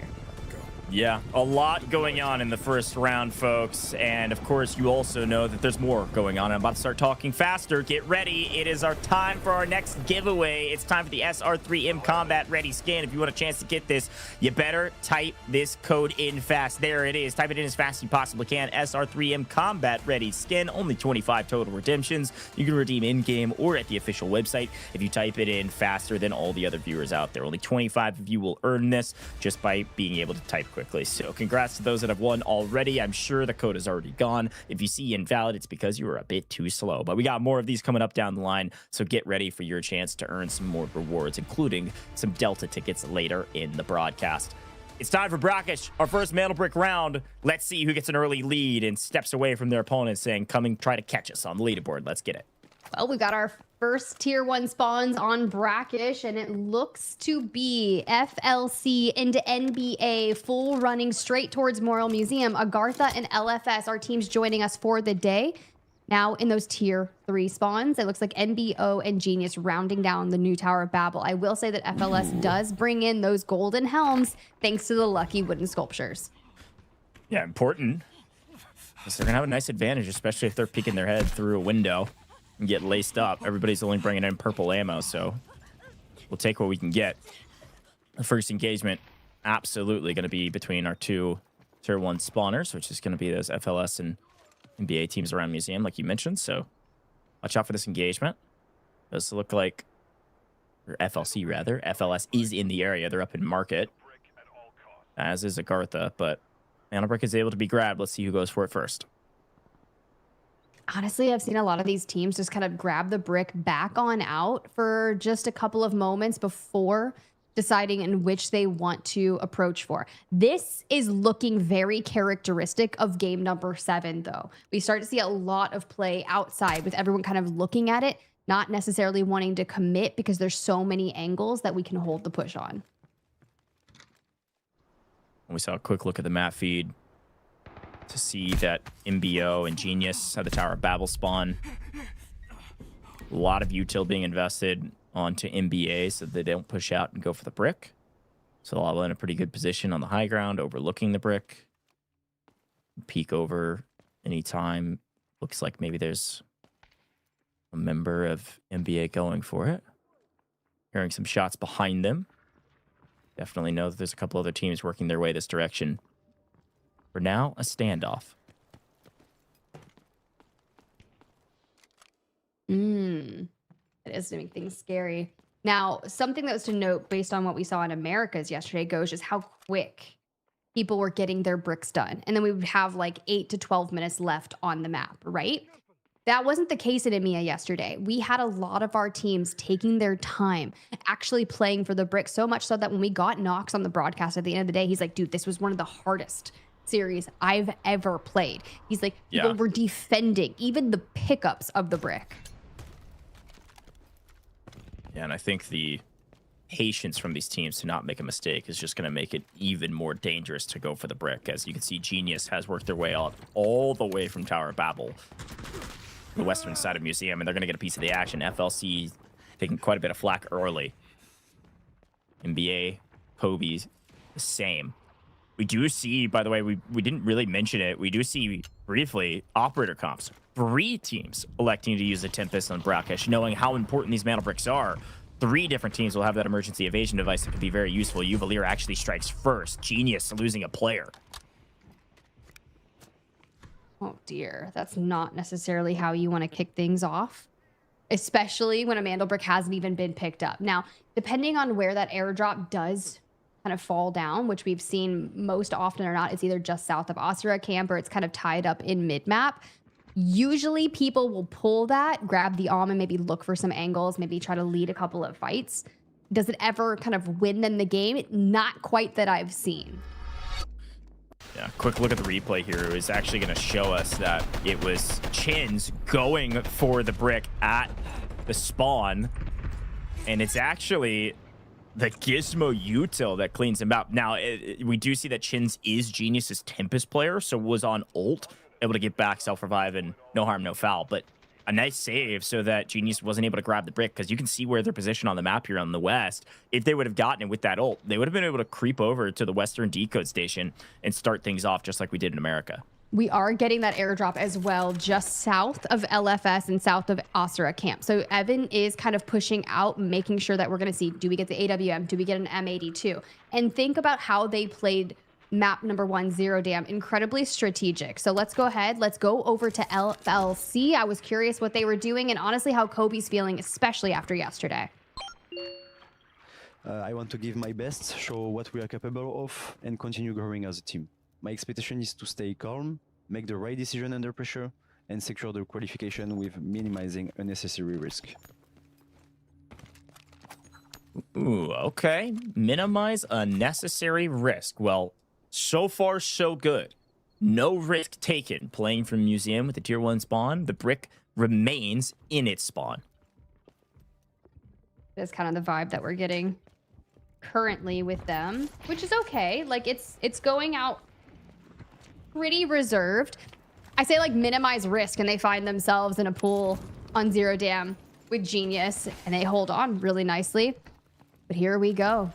Inside Royal Museum, which is pretty stellar way to hold down, but can we even get to the brick? Maybe a wipe a team before we decide to. Skydie's already down. Yeah, gonna pick Skydie. Skydie's gonna pick himself up again. Playing Tempest is gonna get that self-res. Or in the meantime, like you had mentioned, another AWM enters the battlefield, this time on a very important round with nobody picking up the brick from spawn. I have a feeling LFS are gonna use this AWM on this map, but it could be a difference maker for them. We'll see if they're able to find some value with it. Whereas we still find ourselves in that standoff. Dang, see? This is exactly a mirror of Game 7 Brakkesh that we had on EMEA yesterday. And the big difference was that we had only had one team. No one got a brick on map 2 Brakkesh, and no one got one in Game 7 either. Ooh. EMEA proving to be playing chess. Yeah, playing chess, but finding themselves in a draw. Nobody making the first move means nobody is going to make a move at all. Time ticking away. Somebody's got to get aggressive. Probably playing off Tempest ults for at least a couple of these teams. the right combination of utility, and you get the brick. Find yourselves with the advantage, but Genius still holding the west, hoping to steal this brick away and take it to the west. FLC holding mid-museum, hoping to get the brick and take it to mid-museum. NBA with a power position overlooking the brick in these buildings, but not a position where they can take it to a free decoding station. Here's the move from Genius yet again. We get it from the Raptor Eye. Goes for it and gets punished for it. Again, that is going to be the Tempest from Genius cut down, so they'll go back and self-res up. And unfortunately, not going to get the brick yet again. A great hold from NBA, but that's all they get is just a hold.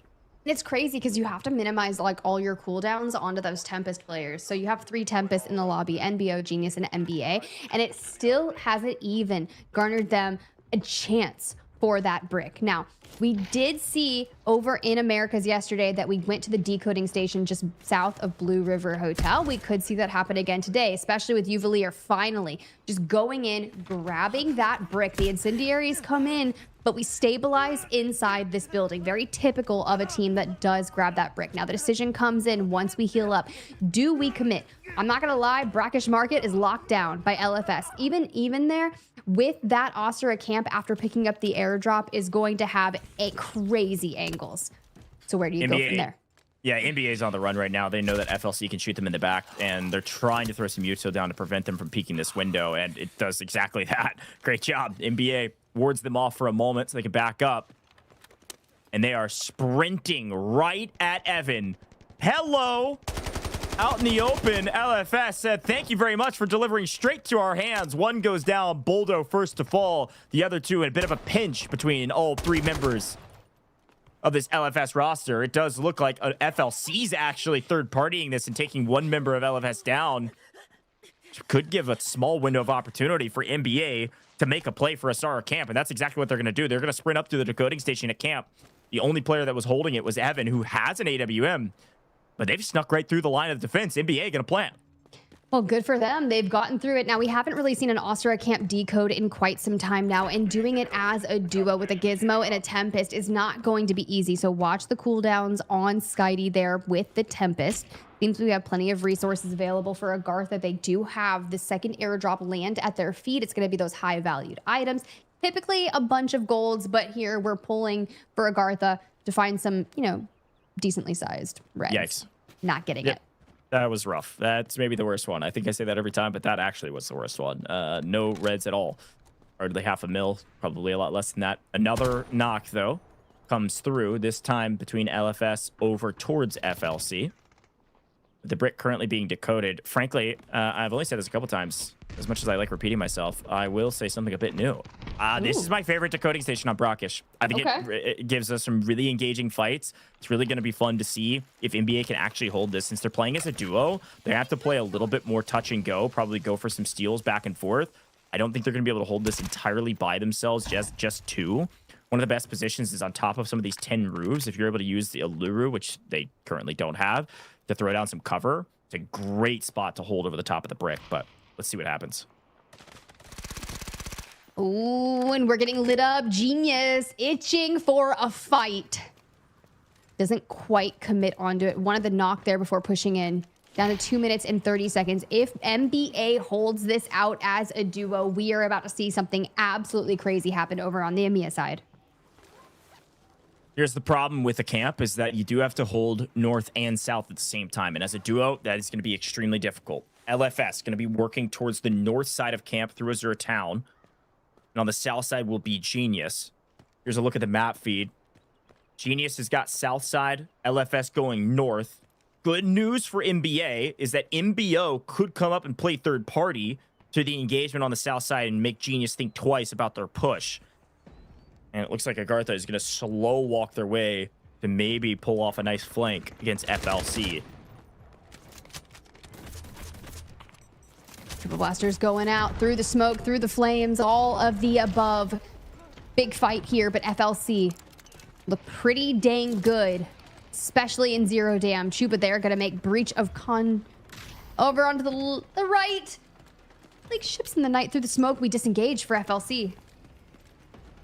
And it's a nice skate out of dodge here to make sure they don't get shot in the back. I think AGARTHA trigger discipline, unfortunately, lacked a bit of discipline, but we swing back over towards the Mandelbrick. We still got 80 seconds on the clock here for the brick, and it shouldn't be free. Genius can walk up and take it right now. NBA are focused towards the north because LFS are showing face. So Genius pushing up towards the brick, MBO pushing up right behind Genius. Can we at least get a steal? We should. Oh, maybe. I don't know. We're at a minute.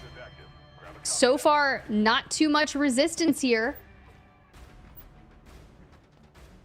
They're even just playing so far away. Someone touch it. Yeah, we got to check in with Genius and MBO, who are right next to each other, playing for the brick right now. There they are, Chins. Gonna play spoiler maybe to MBO. We're gonna let them go for the steal. Both thinking twice about it as Util is landing. Chins goes for a full wrap, going for the steal, and unfortunately runs out of time on his ult. No ult for Genius. MBO got to make a play, and they're nervous about it, but you're on Tempest, but you're off cooldown.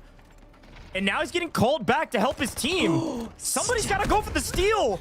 They're all too timid for it. It's going to be Genius going to be first to make the play as MBO takes a bunch of damage. They finally get it, finally grab the steal, finally back off. Genius in control of the brick for now, while NBA waiting in the wings, holding off LFS from the north. Nothing like Genius just saying, fine, I'll do it myself. Fight's still looking to break out. More smokes come through. The craziest angles from Truba trying to make that happen. The assist knocked down onto NBO as they get deleted. AGARTHA finally showing up here in the kill feed. Big pickup as a full team goes down. Less teams fighting around the brick, but still plenty. FLC lose one. Chins, a nice angle. Genius holding the brick and now in a player advantage around the brick. AGARTHA going to be the team to play spoiler. FLC able to strike back. Genius in deep trouble. Genius out of here as well. What a hold and I guess a revenge tour for FLC. Struggled throughout the course of the group stages, but they did find a lot of kills, and they're finding a lot today as well. What a move, and now nobody in control of the brick. Nobody. NBA is down to a solo. It could be LFS, could be AGARTHA, could be FLC, knowing that they have 3 players up on their teams together. But here we go. Elsewhere, LFS starting to set their sights onto the remnants of NBA, send them packing back to the lobby. And this is why sometimes you play slow in EMEA. NBA were the first to go for the brick, and they get it, but they lose one player, and because of that, there really wasn't a play that they could make as a duo. So difficult to hold the onslaught of your opponents. So we turn our eyes to a 3v3v3 for the brick. Now, I will say, I think this brick has only been stolen once, and this will be twice. I want to say this timer is 3 minutes. I don't know if the players know that. It's either 3 minutes or 2.5 minutes. All I know is you've got to go for it, like, now. And it looks like FLC is trying to do just that, but AGARTHA stops them. A great hold. And AGARTHA are going to commit with D-Wolf maybe to go for it. Do it? Knowing somebody's peeking. Yeah, Evans actually got the arm on it. This is looking like nobody's going to get the brick. If my calculations are correct, as I push up my glasses and get a little nerdy, I think that nobody's getting this brick. I don't think there's enough time. The game clock too low. I'm telling you, that's exactly how Brakkesh was running yesterday for EMEA. The clock was ticking down. We didn't get active enough early, and it was just because everyone was getting denied, trying to manage those cooldowns. And for Evan, sure, we've got that high caliber weapon, but it has not landed the shots that make the difference for you. You would have to let this brick change hands multiple times in order to get that timer down enough to even go off here on Brakkesh. Assuredly, no one getting the brick, and it's looking like the players recognize that. The game clock too low, now playing for kills. Points desperately mattering at this point when we know that no one will have a brick moving into another eco round. This leaderboard entirely dictated on how many kills and how many supply points you have. Here goes AGARTHA. They've got player advantage over FLC, and they've got one in their sights with some intel over the top. One behind, though, they weren't aware of where Kobe was. So Kobe's able to actually grab one in transition. And there's Nast finding Kobe, so Salah will last alive. Still on 4 kills, and we're about to make contact here. Sandwich between the two AGARTHAs. Nast up there on the high ground, puts the finishing touches into FLC. AGARTHA, after being wiped first in 0 dam, have managed to turn some things around. Your next big opponent, though, is LFS. The two teams whose first play days were today, their only chance for the finals in a battle for a 3v3 with a minute plus on the clock. That was a bummer for Salah, where he was able to get his knock, but he wasn't able to get his full. That's brutal.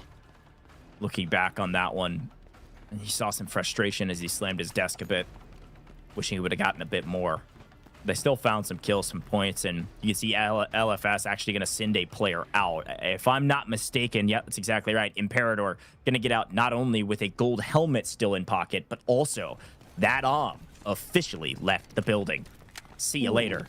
Imperator able to take the sniper out with him. LFS going to be in a power position moving into round 4, where they likely bring it back out.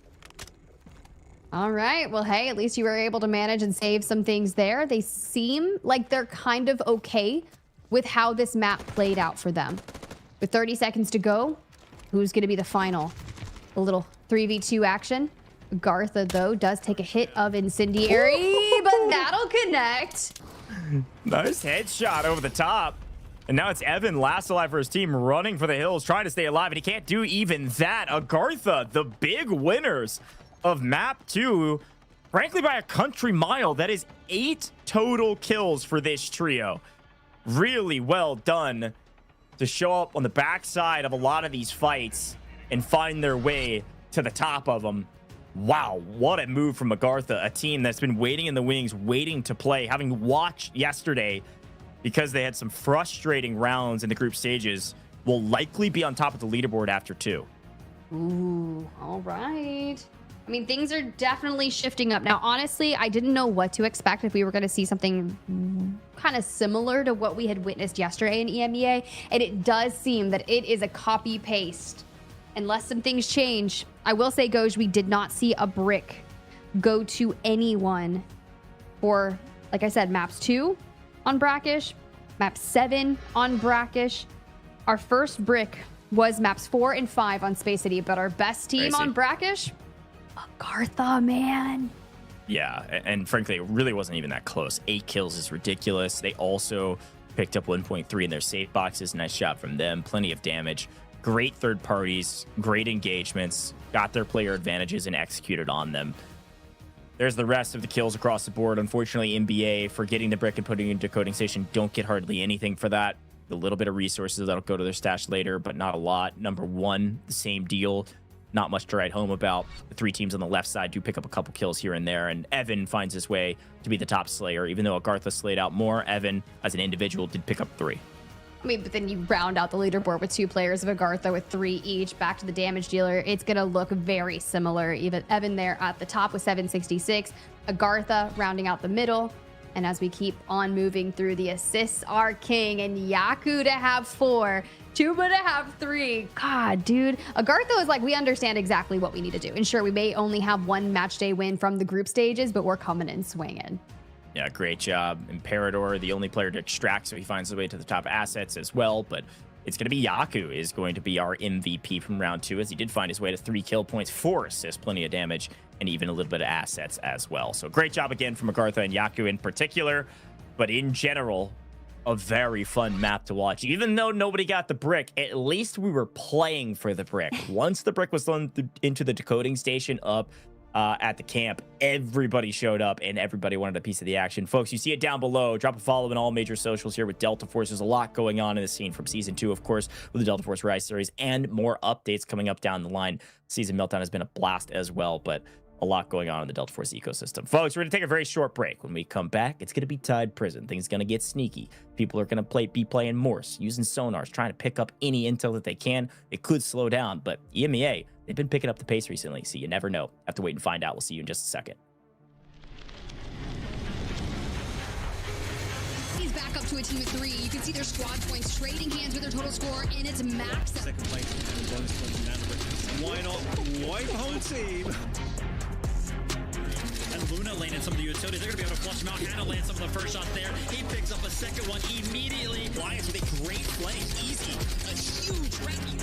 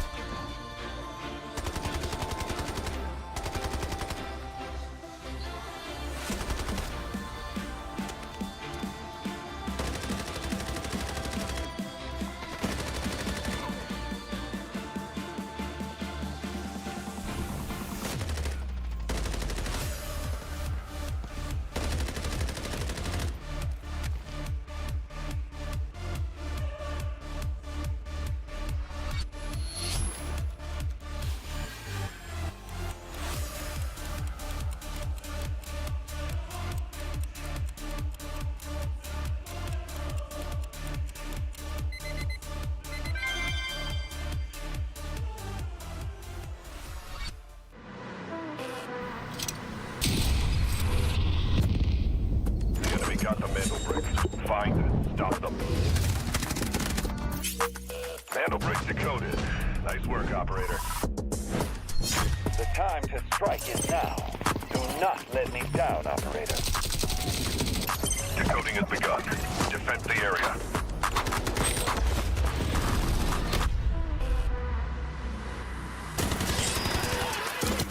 Is about to take the first hit to break up the tournament, and they're going to do it! What goes around, comes around. Oh, not gonna do very much. Though. When you get barrel stuff, Skydie is getting aggressive. See what I did there? You ain't seen nothing yet. Let's knock them off their feet. There we go. There it is.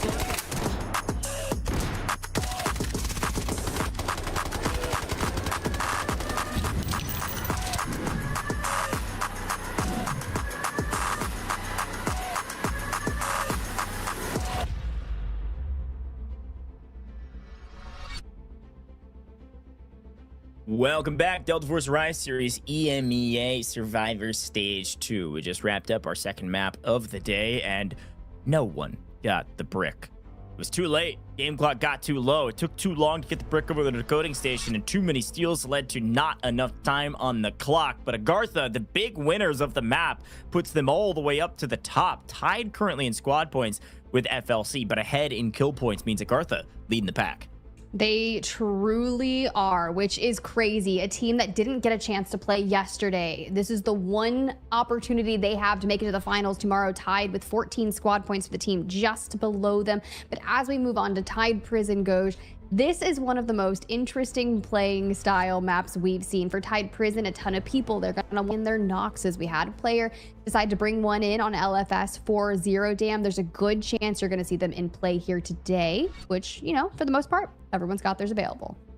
This comp is just hilarious. Okay, Double Nox Hat Claw had 16 attempts throughout the course of EMEA, which is awesome. But most popular operators, Morse does find his way into the top 3 position. Nox at 37% tells the story that, hey, more oftentimes than not, you're seeing minimum 1, if not probably 2 on a couple of these teams. So Nox finding a lot of playability on Tide Prison, as we all know, because of the way the map plays. A lot of verticality and a lot of sneaky corners that you can play in. Now, we talk spawns all the time. FLC and NBA pull the most valuable spawns in the game. I say that often before this Brakkesh spawn because, yes, it's a tier 1 spawn. Yes, it's the closest to the brick out of all the maps we play, but it also assures that you don't get a tier 1 spawn for Tide Prison, which means you still have a chance to get tier 1 for Space City. That's kind of the way it works. So interesting combo there. You don't really want T1 spawns here on Tide Prison because it doesn't give you much besides being maybe a bit closer to some of the action that you want to be a part of. So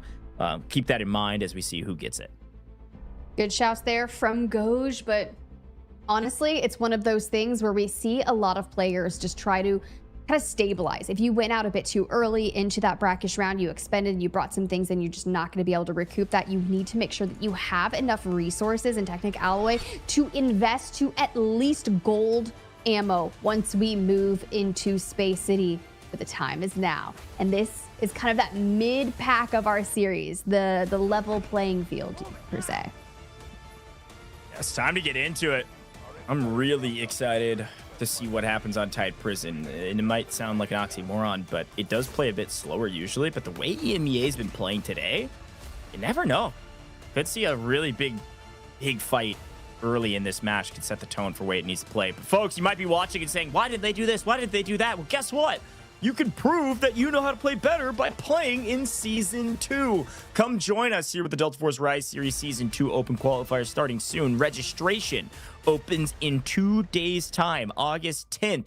Go sign up with your brand new roster, work your way to the top, and then you'll hear myself and Tiff and many others casting over your gameplay, hopefully, if you're able to make it through the qualifiers. It's your chance to compete. Go get involved. You can follow Delta Force for all those updates as well on everything Rise Series and beyond. But let's get into it. Tide Prison time, Tiff. Let's see what the players decide to do and how they decide to take some engagements, hopefully. Well, it's all about what our players are bringing in, and I do see a ton of Nox in play.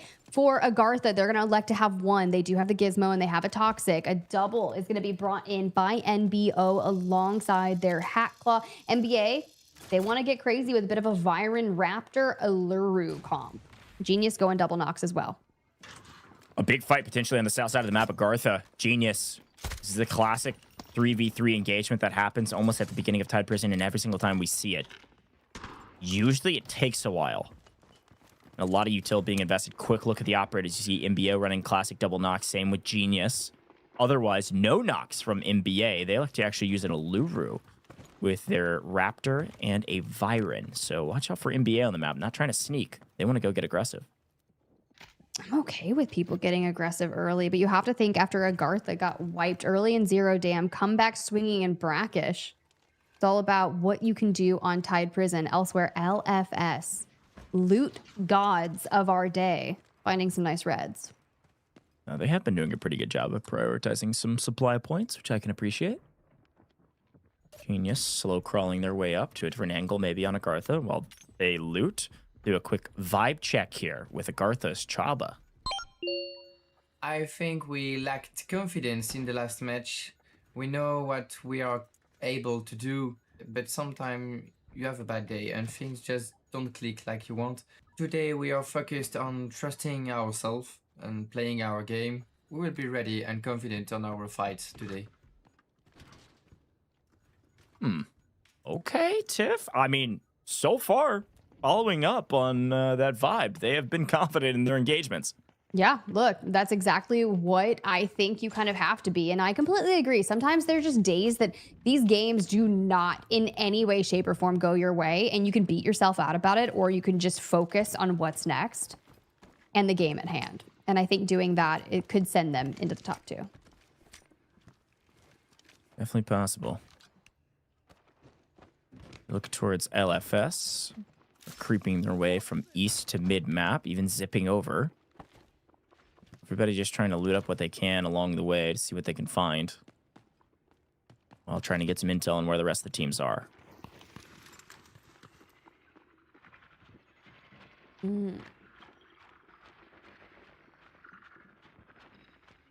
Oh, we are just kind of looking throughout.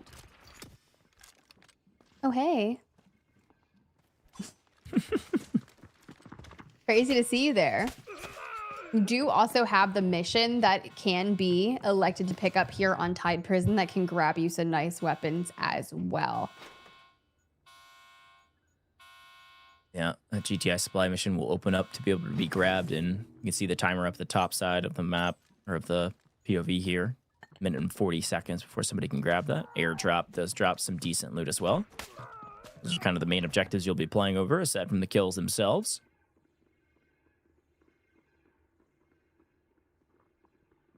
In that, it's just about where can you kind of sit yourself up, where you can scout, you can listen, or people typically rotate into, maybe catch someone off, not expecting it.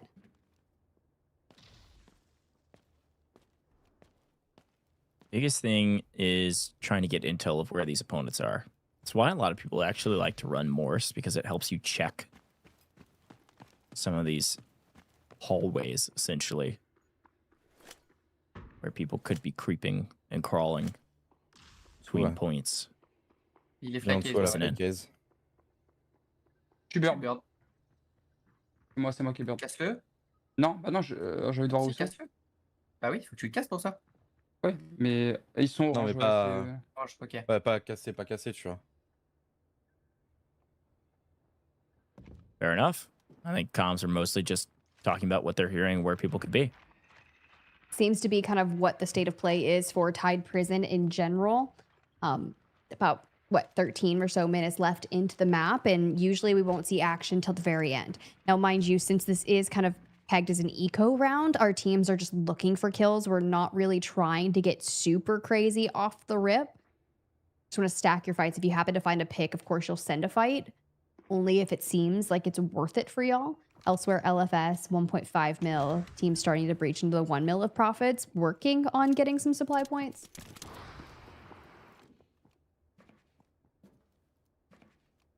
Creeping and crawling around the map. FLC in the sights of MBA. Definitely got some intel this direction. Still, Genius and AGARTHA, the two teams closest to being in an engagement right now. Definitely are, but I don't usually see this fight break out down here for a long time. And it usually has to have the airdrop forcing it, but also around this mark of Tide Prison, we typically have someone that's dived down to the West Watchtower area and kind of cleared through Reservoir. But that hasn't happened. Yeah, and Warden mission started. See, that's currently ongoing, so I want to make sure that we can complete that so we get our high caliber weapons in theory. Get it? Would love to see that. I mean, we saw LFS get some nice weapons there onto Brakkesh and potentially get it out. But NBA did find some reds early on and are still looking to see, hey, is there anything else that could really benefit us? In terms of where that airdrop might go, we do see it outside the west side area to the north. Does tend to go into Reservoir a lot. So Genius could kind of peek through that upper area and have access to it should they decide to. No one's really down in Reservoir to vie for it if it goes there. But of course, we'll find out in less than a minute. Uh-oh. Salawa. Oh, he knows. Oh, he might know. Good call. I mean, 2 steps away from getting obliterated. And he may have heard some footsteps, maybe wasn't aware of how close that truly was. MBO have 2 Noxes. And they got ults available too, of course. Could Kobe open the door for them on this with an Nox of their own? Nice from LFS in the meantime. Again, finding their way to the high caliber weapon. They pick up the M82 this time. So LFS have an in their stash, and now gonna have an M82 if they can get out with it. What a wild turn of events for them going into map 4 and 5. Kind of playing the long game, right?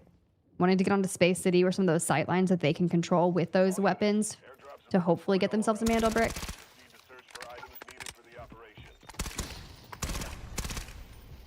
Watch out for the Spideys.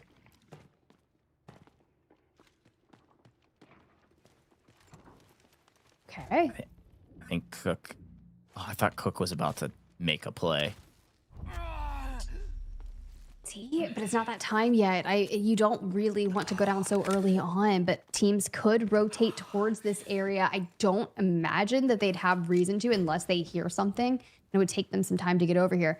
So for now, an isolated fight with FLC and NBO. As we look towards that map, you do have NBA kind of skirting out on the western side of things. The airdrop is going to pop up north. AGARTHA is still kind of the only one down in that south admin area. LFS and Genius out to the right. Genius finding some reds as well. No big engagements yet.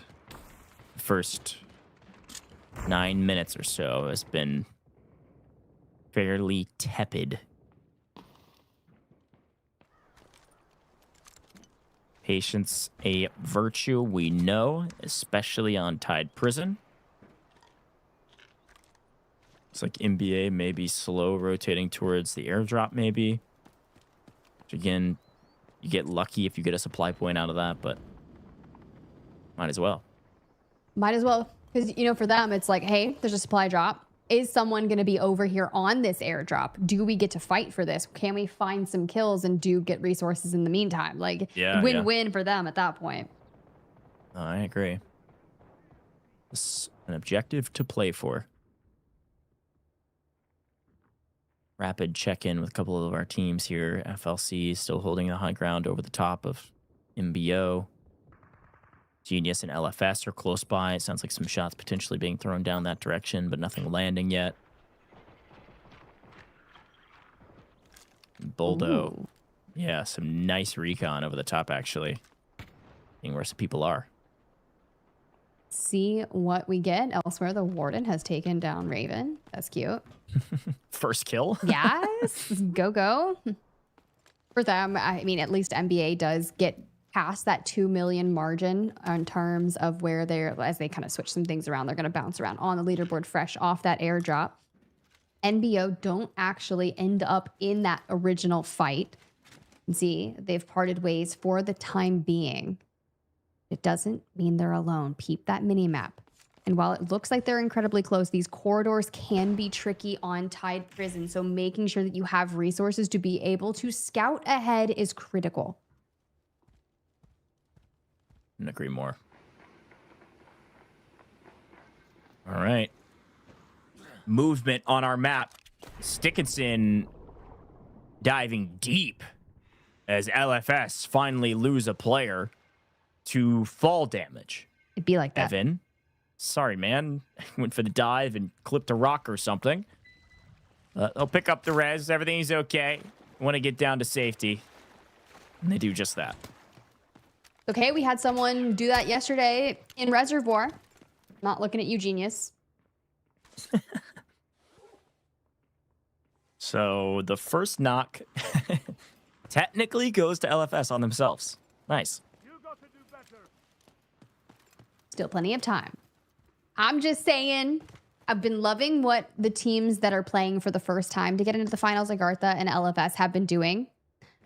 I think that all of the momentum that we saw from the fighting in Brakkesh like goes to such a screeching halt when we move to Tide Prison, and everyone just approaches it so cautiously. Even Jex there, you've got Silhouette kind of holding his back, looking for that opening angle if we can get it down the hallway. And with NBO sticking together and after the death ball and work as a team, those mere seconds can end up in a full catastrophic breakdown if you're not there. Sonar goes out. They get a read on a couple. And now, I'm sure they already did know, but NBO is 100% certain that there's somebody close by. Genius and AGARTHA throwing some bullets each way and none connecting. But this could be the opening fight, finally, with only a little less than 6 minutes left on the clock. In the meantime, there's a couple other folks close by, but nobody immediately playing for this fight. So it's just a true 3v3 for now from distance. Ooh. From distance, and I just immediately think of an EMP to the face, and next thing you know, you've cleared it out. And they're both toggling, sending bullets through the doorways. Yaku does seem to have moved across the doorway, and Nast might be the one to peek.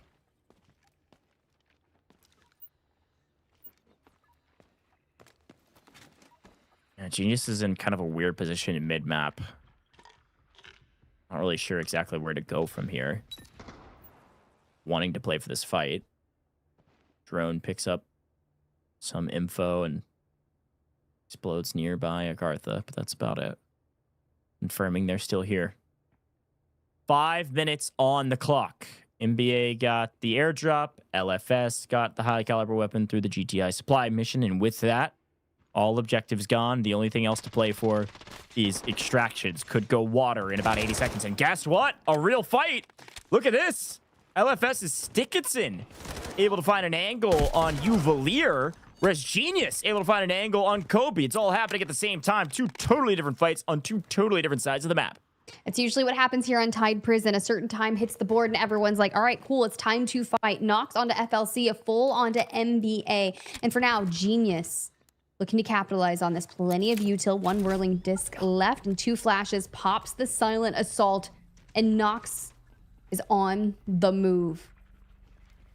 Tabsy still very conservative about how he's approaching this through the way. A wide wrap. No res has gone off just yet, but we finally find Silhouette there. Whirling disc out. Nice. Wolf comes through on Kobe. That is going to be such worth it. Yeah, it's a great play. Just to get the confirm again, you have to get a full confirmed kill. And as much as I was lauding, unfortunately, Chen's, he does move out into the open, and MBO, they were able to strike from an angle they weren't expecting. Welcome to Tide Prison, ladies and gentlemen. That's how it plays. AGARTHA here as well. Be a bunch of, 4 teams all in mid-map, all playing against each other at the same time.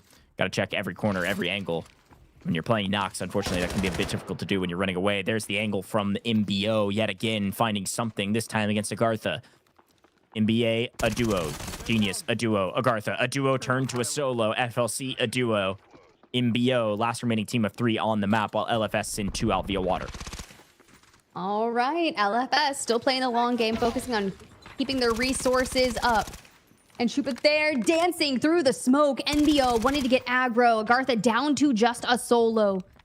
Still trying to persevere. Dives down the stairs, through the things, gets the health. But dang, what a tough position for them. And FLC is able to pick up their res, so they're a team of 3 as well. And the final 2.5 minutes on the clock means these teams have got to get aggressive. You find yourself with an advantage at all, make a move. Genius trying to play defense right now with 2 members still up. MBO trying to figure out how do they play offense against this duo. Hey, Chins. All right, reset for Genius is about to go underway. NBA still. Raptor up, scouting. Invest that straight onto them. Hasn't been able to pick them up just yet, especially with NBA on the horizon. They find the doorway. We invest EMPs. Stun up a little bit. Here we go. Skydie able to find one. Genius losing another. Genius down to a solo. NBA going to take their gun away just in case the res comes through. There's MBO trying to get a piece of the action, piece of the pie. But there's another team pushing from the other side, and they know it. Nice pickup there. Almost finding one on FLC. Cook finding Boldo. Down goes MBA. They've lost 2. Skydie alone yet again.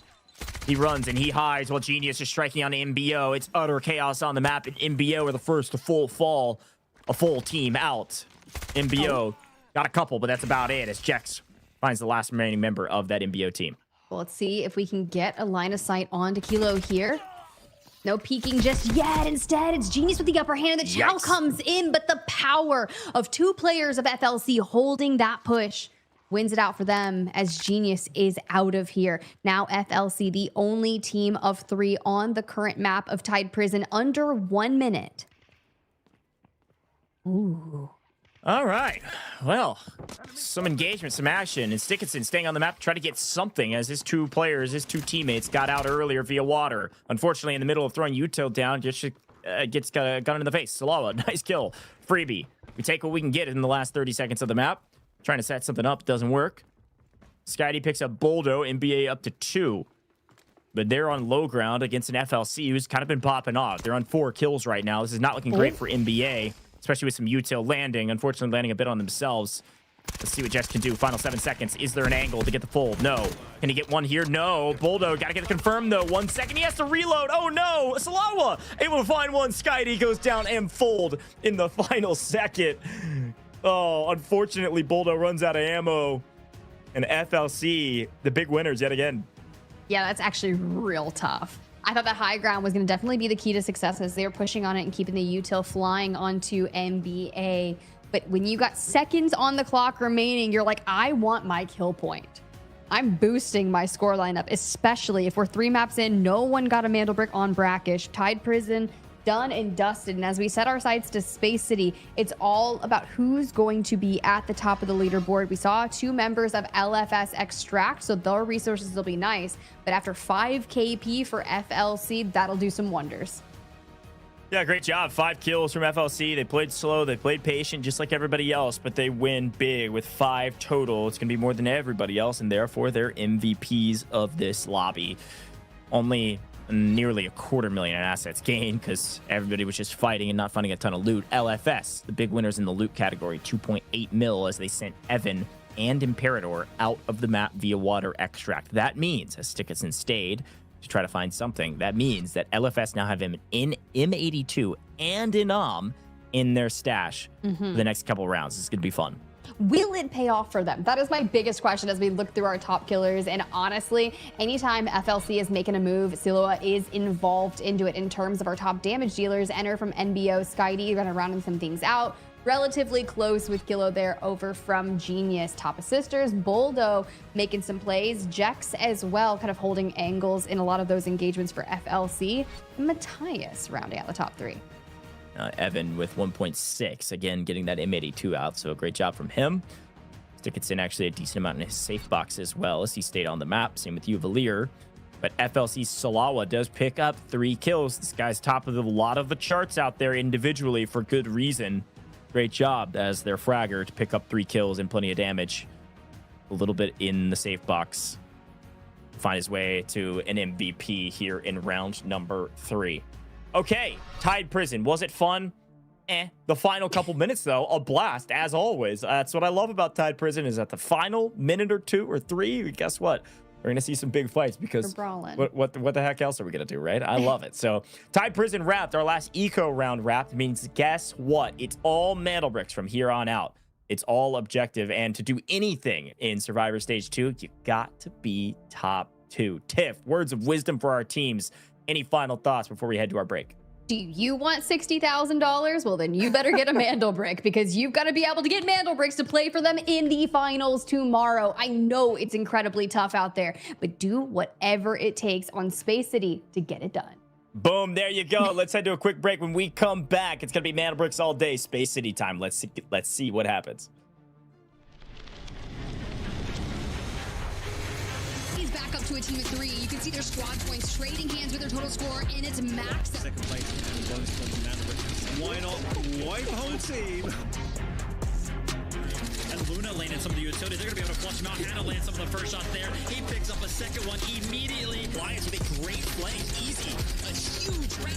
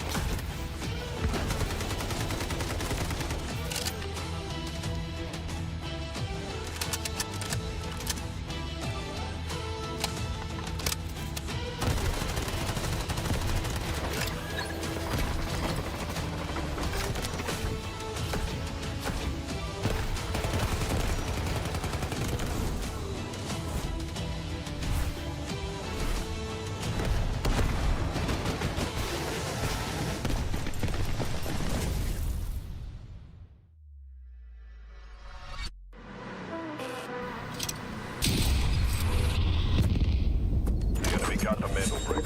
Find it. Stop them. Mandelbrick decoded. Nice work, operator. The time to strike is now. Do not let me down, operator. Decoding has begun. Defend the area.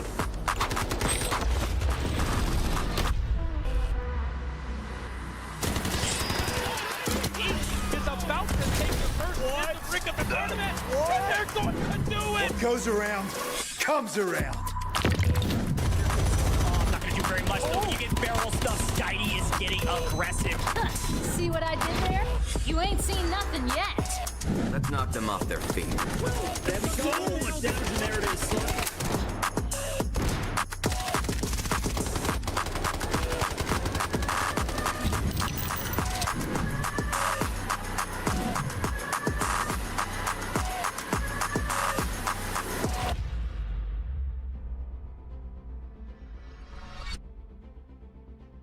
Welcome back, Delta Force Rise Series EMEA Survivor Stage 2. We wrapped up 3 games, no teams with the Mandelbrick yet, and we moved into Space City. Biggest question marks right now is who's at the top of the leaderboard, who will be in a position to win tiebreakers, and who, of course, will get the first brick. Jeff, as we take a look at our players, of course, they are locked in because the game's about to get started. They're talking strats, they're talking about what spawns they could get and how those spawns dictate how they play. But for now, walk me through the leaderboard. As you can see, guys, FLC is at the top with 21 squad points. Don't ask me why I just said it like that, all right? LFS and AGARTHA relatively close up there in the second and third positions. If you're Genius, #1, or NBA, it's time to wake up. I'm not saying you've been sleeping throughout the entire thing. Tide Prison, definitely a slow pace of play, but moving into our kind of marathon at Space City, it's really going to have to shake some things up, considering LFS is poising themselves with their 15 squad points to go for broke in these space cities. Yeah, I agree. I guess FLC's in the best position just because they're currently winning the tiebreaker, but this map will really dictate a lot. I think this is going to, separate some of the top teams from some of the teams at the bottom. It's surprising to see Genius at the bottom of the leaderboard, but we saw Team Liquid, who, yes, they didn't make it through Americas yesterday, but they did get 3rd overall, and they did get a brick, and they went from bottom of the leaderboard to basically the top in 1 round. So this is still very much so anybody's game as we move to Space City. And as we quickly look at the operators, a couple things to note. Obviously, Genius and NBA and #1 have used Tempest already. They did it in Brakkesh, so they have the hardest decision through the next 3 maps. Which of those are you using Tempest? And I think that'll be totally dictated on which spawns they get and how aggressive they're going to play. But 78 attempts for this comp right here. This is absolutely the meta comp. And if you can't use the meta comp, you can use something similar to it. Yeah, honestly, we did see a couple people bring out Tempest onto Brakkesh early around. I believe it was 3 picks across the board. So those teams will be a bit more conservative based on their spawns they had on Tide Prison and what they're kind of estimated to get as we move into our first map of Space City. But you're going to see the Lunas, you're going to see Stingers, and it all just depends. Our tier 1 spawns back on Tide Prison were AGARTHA and Genius. I think Genius was actually one of the teams who played Tempest on Brakkesh. So with their 1 pick already being done and they're coming off a tier 1 spawn, I'd imagine they are not bringing a Tempest into Space City. Yeah, interesting quandary. I'll be very curious to see what the play style is of these teams. We all know now, as we move into round 4, that if you get a brick, the chances of you being top 2 today are very high.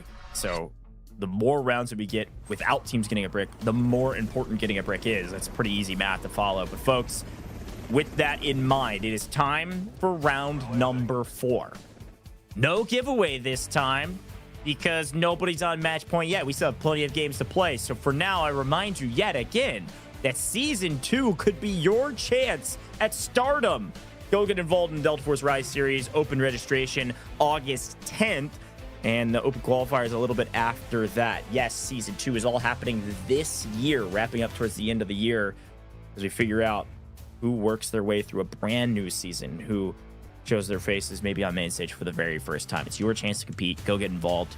Open registration in 2 days' time with your team. Drop a follow on all major socials here with Delta Force to stay up to date on all those details. But for now, it's time for, yes, our second Mandelbrick round, but the chance for one of these teams to get a brick for the first time. Let's do it. Let's look and see who's got the tier 1 spawns. I'm looking at LFS.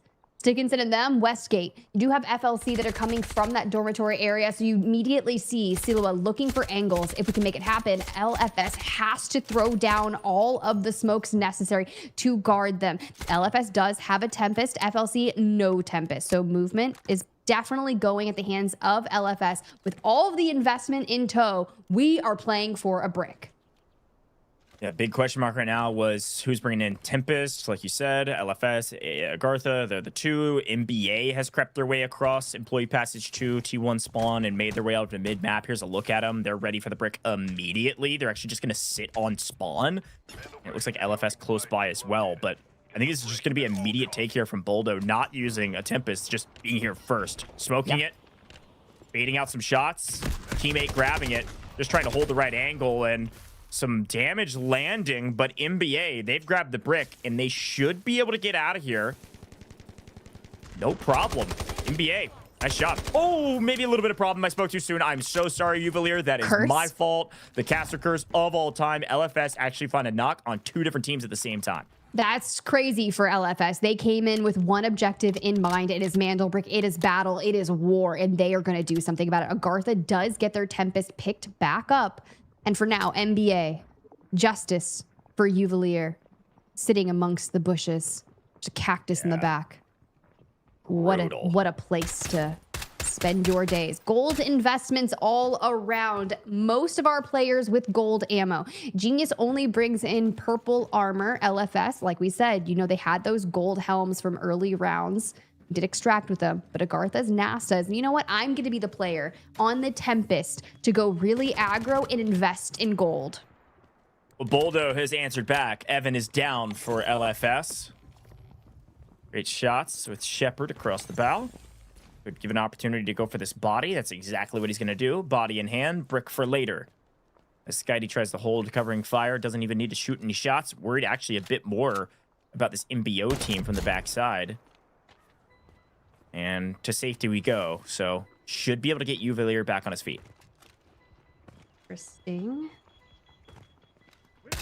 Ooh, okay. A little 1.42. I see you. I see you, AGARTHA. How big is that one? We're finding missile shells again. Come on. That's the second missile we've seen in 2 days, all right? It was the first red I ever pulled in Delta Force history. Way back in the alpha, pulled the missile shell in the shipping containers on the backside of admin on Zero Dam. Fun facts with Coach, but much more important is the match at hand. And who's qualifying out here for Survivor Match Day 2 at the top, so you can be in the finals tomorrow in terms of what we're seeing. Guys, EMEA, less than 3 minutes on the clock to get that Mandelbrick to a decoding station. It's still lurking just north of the Black Chamber. And as you can see, EMEA is staring down at LFS, looking for angles. They know they're looking to do something crazy. But I'm curious, do we go towards Centrifuge? Do we want to get wild and do Black Chamber? Where are we thinking? Yeah, let's see where NBA goes with it. Look at Imperador, who's just trying to hold. Well, currently nothing, but he will be holding over the top of these stairs in just a second. MBO has headed indoors. Boldo just trying to get some intel to figure out where they want to go. Again, they're not really running. I guess they have Luna for recon. Uvalier gets things sorted down below. They're likely. И все, мне кажется, разные пачки. Мне кажется. Парковку можем дать? Парковку. Там в командрике люди были, Какие спавны у ЛФС в ходе? Откуда они пришли? ЛФС... откуда? Okay, I unfortunately do not speak Russian. However... Crazy, I do. Actually, I heard them basically say that Goj is one of the craziest caster curses to be said. And if that man does it one more time to us, we are throwing. No, I'm just kidding. That's crazy. All right. Well, I do know Skydie is their IGL, so you can hear Skydie popping off a bit in the comms and kind of commanding the troops on where they want to go. Right now is an intel game. They got to figure out where some of these teams are. And AGARTHA going to be camping this indoor decoding station very close by. I mean, they're kitted. They genuinely are. And you already have other teams that have situated themselves around in case that brick travels. And this is a mirror image of yesterday. So the teams that did play in yesterday's lobby are going to expect this. Genius guarding Sands up here just on the outskirts of Central Command. You even have FLC still at dormitory making it happen. AGARTHA sitting by Black Chamber and LFS on Centrifuge. The only one available, horizontal test workshop. But how are you going to get there? Not easy. Not easy. Yeah, with 30 seconds left, too, remember, this is one of the timers you don't usually see happen very often, but it will happen right now. NBA has grabbed the brick, but they can't do anything with it. They're just using it to try to get some intel around them. That threat level, that hazard level is dictating that there's a team close by, which, of course, we can see is AGARTHA. 5-minute clock starts when the brick is taken from spawn. Once that 5 minutes is done, it will go right back to spawn. And so AGARTHA could be there waiting to go for the retake now that it's back at the spawn, and NBA going back into a position to retake it as well, as a new 5-minute clock will start once it gets taken. Okay. It's going to be really difficult because that first decode is 4 minutes. And now LFS, pumped that the Mandelbrick has reset, immediately dive back off it, fresh Tempest ult, and LFS, after holding down Centrifuge, will probably throw it into the decoding station just over here. NBA, though, poised, solid golds to be able to do something about it, but put 4 minutes on the clock because LFS is making moves. Yeah, great play from LFS. They just were playing very patient. They have probably the strongest position, and they're using a Tempest, or I guess the strongest position when you're using a Tempest.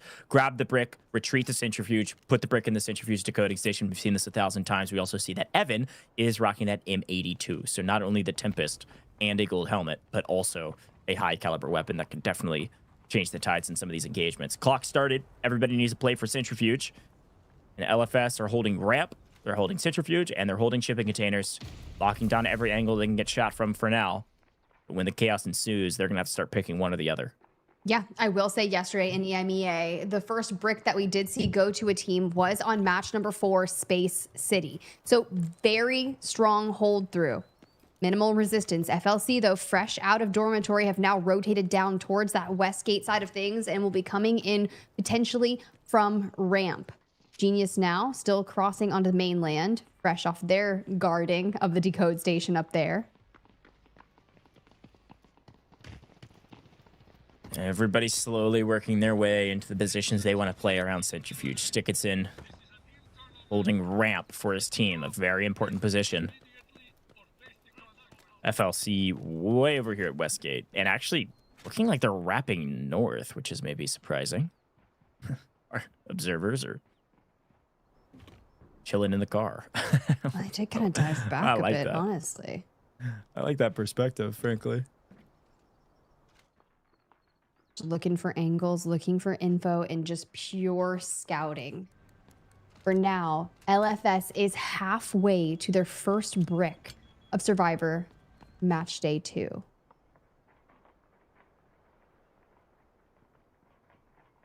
Okay. Here goes MBO through Employee Passage 1. Dickinson does have the intel on them.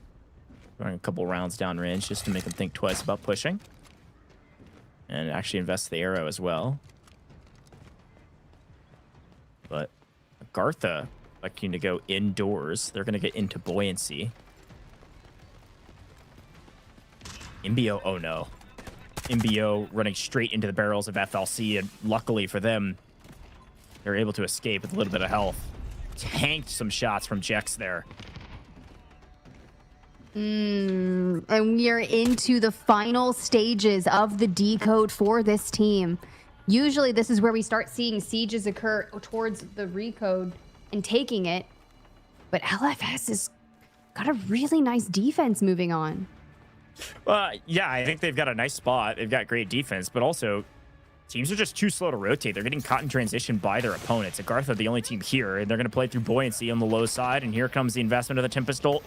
They're one chance, frankly. They're not going to have a chance for another one, so Nas has to win this. He's not going to. Stickinson sends him right back where he came from. It's a great opportunity for somebody to come up ramp while Stickinson turns this direction. Unfortunately, there's nobody. It's a 3v3 for the brick right now. And NBA going to show up a bit late, but they're here. Oh, what a bank shot of all bank shots. Boldo, the perfect nade. Drops one. LFS now down to a duo. 30 seconds on the clock. They're going to put one on the decoding station, most likely to hold it. Evan, yes, high caliber weapon, but unfortunately a ton of util landing. Skydie able to take down Evan. It's going to be one left for LFS. None left for LFS. They might have grabbed the brick first, but NBA, perfect angle to push this engagement and wipe the team decoding. And now they have the power position, but they do have to go for the res. So right now, Skydie, a big role to keep AGARTHA from pushing up. But AGARTHA, they have the Tempest. They have a crazy power potential to make the play onto this. And even though NBA is back to a team of 3, they are so weak. Skydie does get a full onto 1. To the left we go. Not going to be there. We get caught out in a 2v1 situation. It is just Uvalier trying to hold AGARTHA at bay. A lot of other teams working their way this direction. And unfortunately, Uvalier going to have to be the hero. Does have a gold vest. But intel is out. And it feels like just a matter of time. Both players from NBA are on red timer. He might be able to pick this up actually in the chaos. Because look who's here.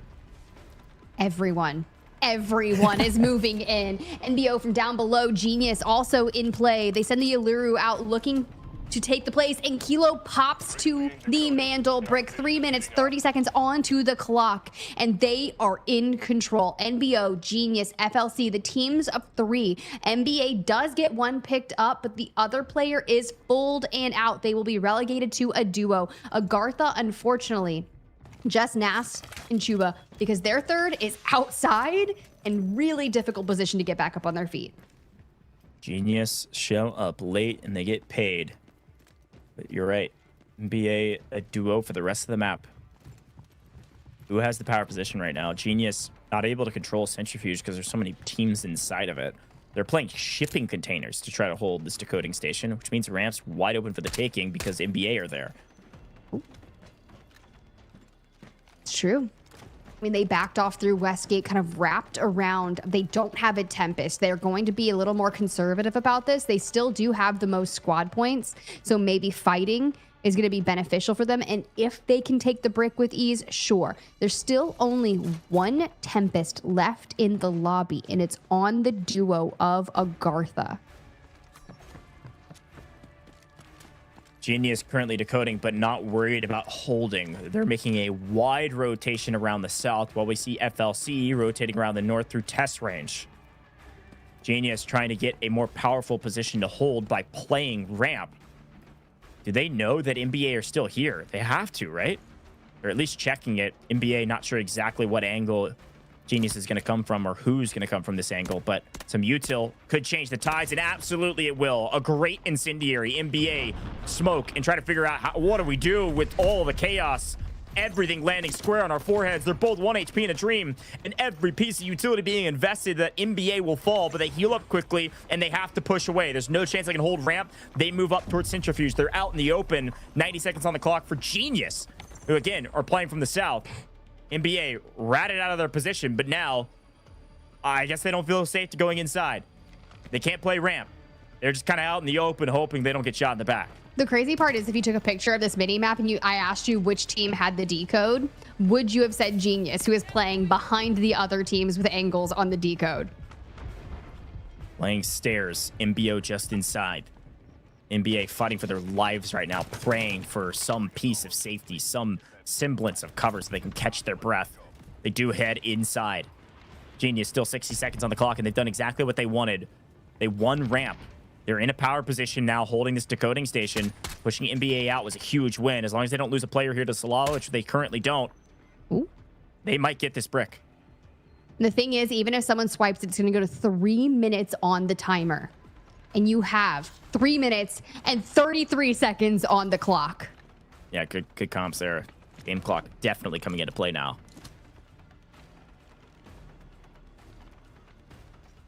What does Genius have to invest? You've got incendiaries, a potential Luru ult. Not off cooldown. 15 seconds. There it is. Okay. Here we go. Allure rocket coming in. It doesn't get very far. 10 seconds on the clock. Somebody's got to make a move, and they got to make a move right now. It's not looking like it's going to happen. Genius gonna get this brick. Unless they get wiped, which one goes down. Smokes are in. And Hanog knows exactly what to do. Sit on the decoding station. There's nobody there. They know they got it. Genius just grabbed the first brick of Survivor Stage 2. And now it's just going to be chaos to see who can get some kill points and work their way through some tiebreakers to find themselves in second place as we creep closer and closer to the end. 50% of the way to locking themselves into our finals tomorrow to be able to play for a first place of $60,000.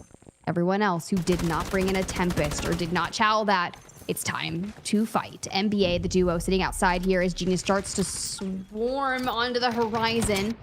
Uvalier grabs an initial knock. Trades go the way, but Genius, after they grab the brick, they fall. A big rifle in the hands of Mr. Kilo from Genius.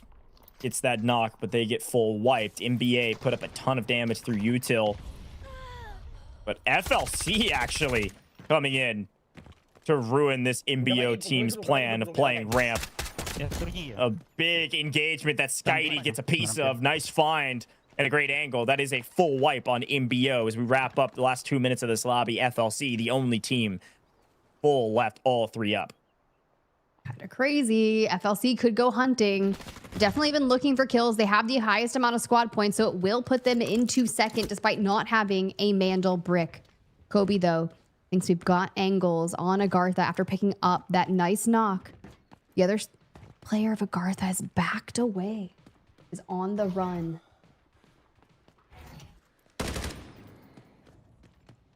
Clean up there from FLC. Again, I said this before, it's worth remembering and paying attention to is that FLC through the group stages were a mid-pack team. But they had the most kills throughout the course of the group stage of the teams that are left in Survivor Stage 2. And I think they've got the most kills today as well. They've got the most score for sure. Look at the left-hand side of your screen. Total score by a mile. And Genius went from bottom of the leaderboard to top that brick grab. Okay, well, Skydie as a solo finds Silua there on the stairs, immediately pounces straight onto it. Here's the last. Good God. Oh, dude. Skydie is him. I'm telling you, this guy is an individual. Feels like an army. 6 kills this map by himself. Boldo with 1. NBA on 7. May not have gotten the brick, but they are creeping up this leaderboard in terms of squad points. So who's next? That's what I want to know. And it's Jex. Skydie, definitely on the prowl when it comes to looking to see if there are any players left standing. As he climbs up these stairs, we are moments away from breaching. Resources going out, the 1v1 challenge. Jex get absolutely fried, and Skydie wants to peek through the Good smoke, grief. and Skydie gets the kill. I'm not sure if he was credited the full. I think he might have been. Skydie goes nuclear in the map, but it's Genius the biggest winners because they got the Mandelbrick. What a fun map to watch. Again, the brick started a bit late. It also got reset. Remember, it hit its 5-minute timer, went back to spawn. We head back to Old Faithful at Centrifuge. Very fun and interesting engagement. And I'll give credit where credit's due. Genius turned out to be a really good play. They get the brick. They're the best team because of it. But they get it after the wipe. And then they wrap all the way around, not wanting to play from shipping containers, not feeling like that's a powerful position to be in. They wrap all the way around to ramp, force NBA out, and win the power position to be able to hold for the brick. And nobody can push up. Great play. It pays off. 0 kills, hardly anything on the board, Tiff, but NBA a ton. 0 kills, but they got a brick, and that's all that matters. You could literally go to the finals without getting any kills as long as you've got the 2 bricks. Yep. That's the way it goes. Skydie with, yes, confirmed, 7 as an individual. I need that weapon code right now. Whatever he's built, send it my way. Good grief. I can't shoot like him, but I want my gun to hit like his. 1.4k damage from Skydie alone. Ridiculous. You can just like grow up and be like Skydie if you want. Gosh, you know. So true. Boldo there, 1 assist to round it out in third. Silua there too, tied with Enter from NBO. But in terms of our top asset earners, nice little 1.4 mil from Juba. You know that is solely that safe box. When we saw him looting early on, definitely. But of course, none other than Skydie for the MVP. Got to be. Ridiculous kills. Incredible damage as well. These are all 1v multiples from Skydie himself. Big shout out to the man, the myth, the legend, but these kills will not necessarily get you to the finals. Unfortunately, they're still in a position where they're a little bit down the leaderboard. Genius at the top. Big question is, where is everybody else at and who will get the next brick, Tiff? I don't know. What do you think? Did that go the way you thought? I mean, we're finally starting to see some team get bricks, but they've been really strategic. LFS had been playing for that centrifuge decode position, and immediately as teams started to siege down towards the latest lines, I mean, Genius, not even having to get a kill, just be patient and swipe it. Hopefully someone else can answer Brack and claim a brick in map 5, but we'll see.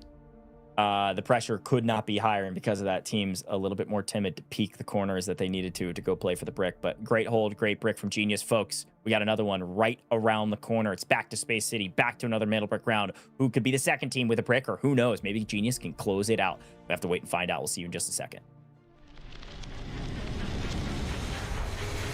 He's back up to a team of 3. You can see their squad points trading hands with their total score, and it's max. Second place, why not wipe home team? And Luna landed some of the utilities. They're going to be able to flush him out. Hannah lands some of the first shot there. He picks up a second one immediately. Lions with a great flank. Easy. A huge round.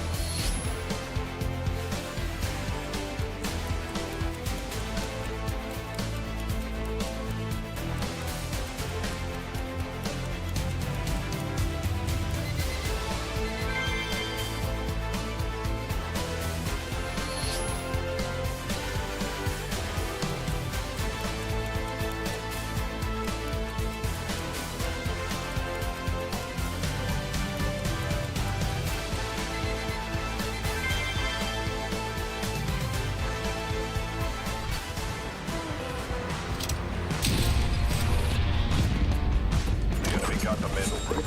Find and stop them. Mandelbrick decoded. Nice work, operator. The time to strike is now. Do not let me down, operator. Decoding has begun. Defend the area.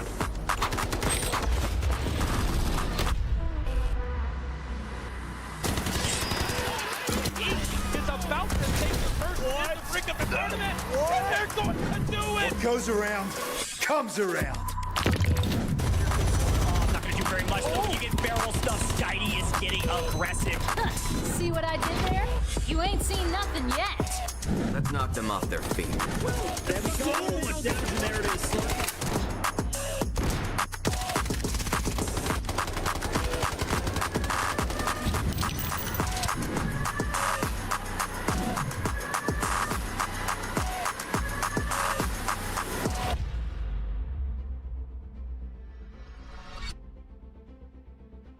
Welcome back, Delta Force Rise Series EMEA Survivor Stage 2, and you just wrapped up the 4th map of the day, and the first brick of the day goes to Genius. They will top the leaderboard by a mile.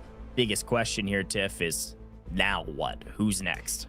I don't know. Like, yesterday was really interesting, right? I believe, let me check my notes because I was there, but my brain doesn't work sometimes.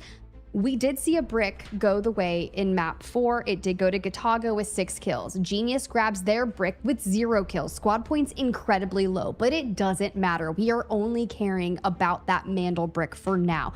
FLC, 26 squad points, and you do have 20 squad points for another team right below them. That's where things are going to get close. If one of those two rosters does pick up a brick as we move into round 5 of Space City, things can change. Now, in terms of Tempest, a lot of our teams still have Tempest available. Genius was able to get a Mandelbrick without using Tempest. FLC, on the other hand, are playing for games 5 and 6 Tempest pulls. So keep your eyes on FLC because I think they're going to be the big movers and shakers of this lobby. I like that breakdown. You can see what our most common comp is, but we know that Tempest, Luna, and Stinger are very important. Tempest, the most important by a country mile just because of that ult. Most valuable operator in the game right now with the current objective-based game mode.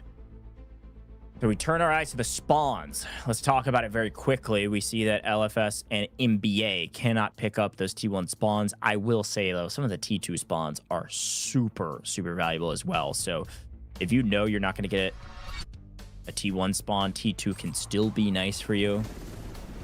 Biggest question for me is who's going to bring in a Tempest, but guess what, folks? Somebody's on match point, which means we got another giveaway. Get your typing fingers ready. You better type quick. 1,000 Delta tickets on the line. If you can type in this code faster than the other folks watching, you can redeem as quickly as you can before they're all gone. Only 15 of you going to be earning 1,000 Delta tickets, but hopefully you're one of our lucky winners, especially if you've been tuning in since the beginning.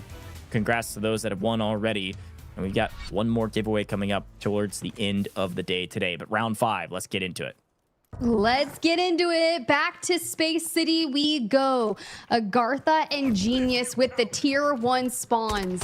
Genius electing to not bring a Tempest yet again. And NBO through Dormitory immediately looking for some information onto the players that spawn into Westgate. A lot of damage going towards Genius, and they expend the smokes and dive back on through. Viren in play. Gizmo and Raptor. Okay.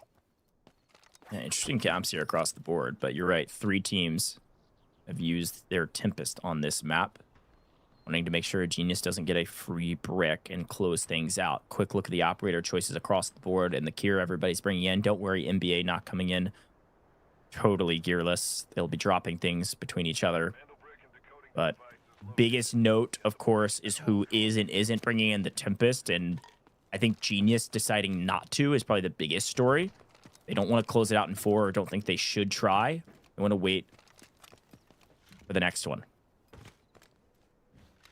I think so, but FLC was definitely poised to make some action happen. You can see they've moved over towards where that brick is. LFS out towards the south. You can see them on that screen kind of sighting what is going on. Can we hold angles? Is anyone going to look to pick up that brick immediately? It does take time for a team to try and make a play, and NBA was the team that originally picked it up before it kind of defaulting back into the spawn.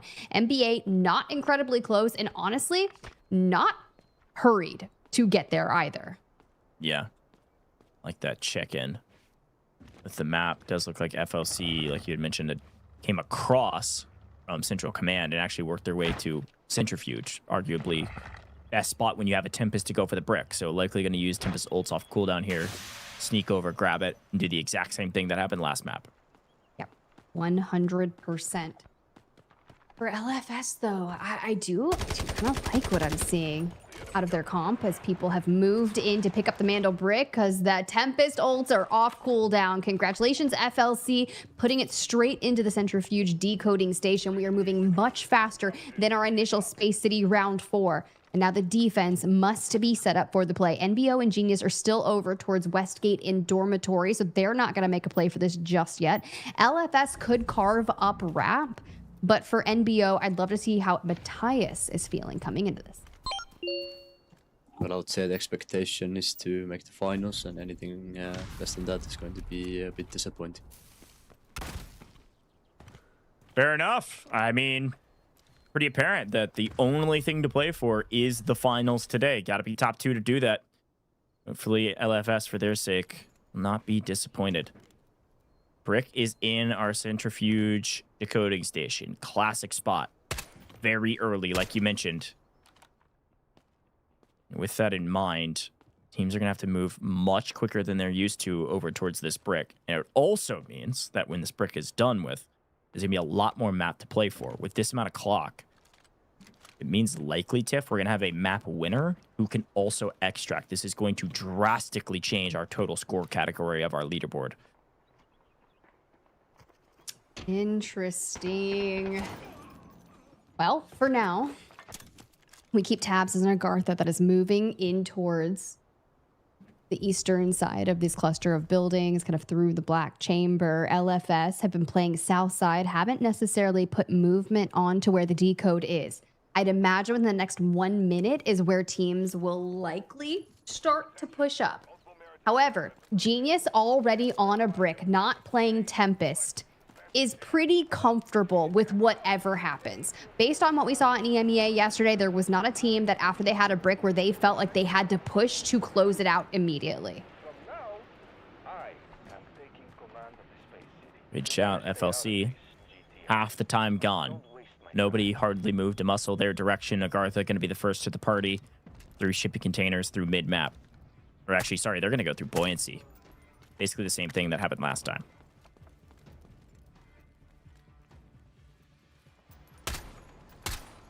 Ooh, pressure onto LFS from NBA across the way. Smokes down. But this forces us to reposition ourselves. Meanwhile, the time is just ticking, hitting that 1 minute 30 margin for FLC. If no one chows this, this will be one of the most expensive bricks that FLC invested for no one to chow it. This is turning in to a very important moment. I said this before. If you get a brick, you have to have a brick to go for second place.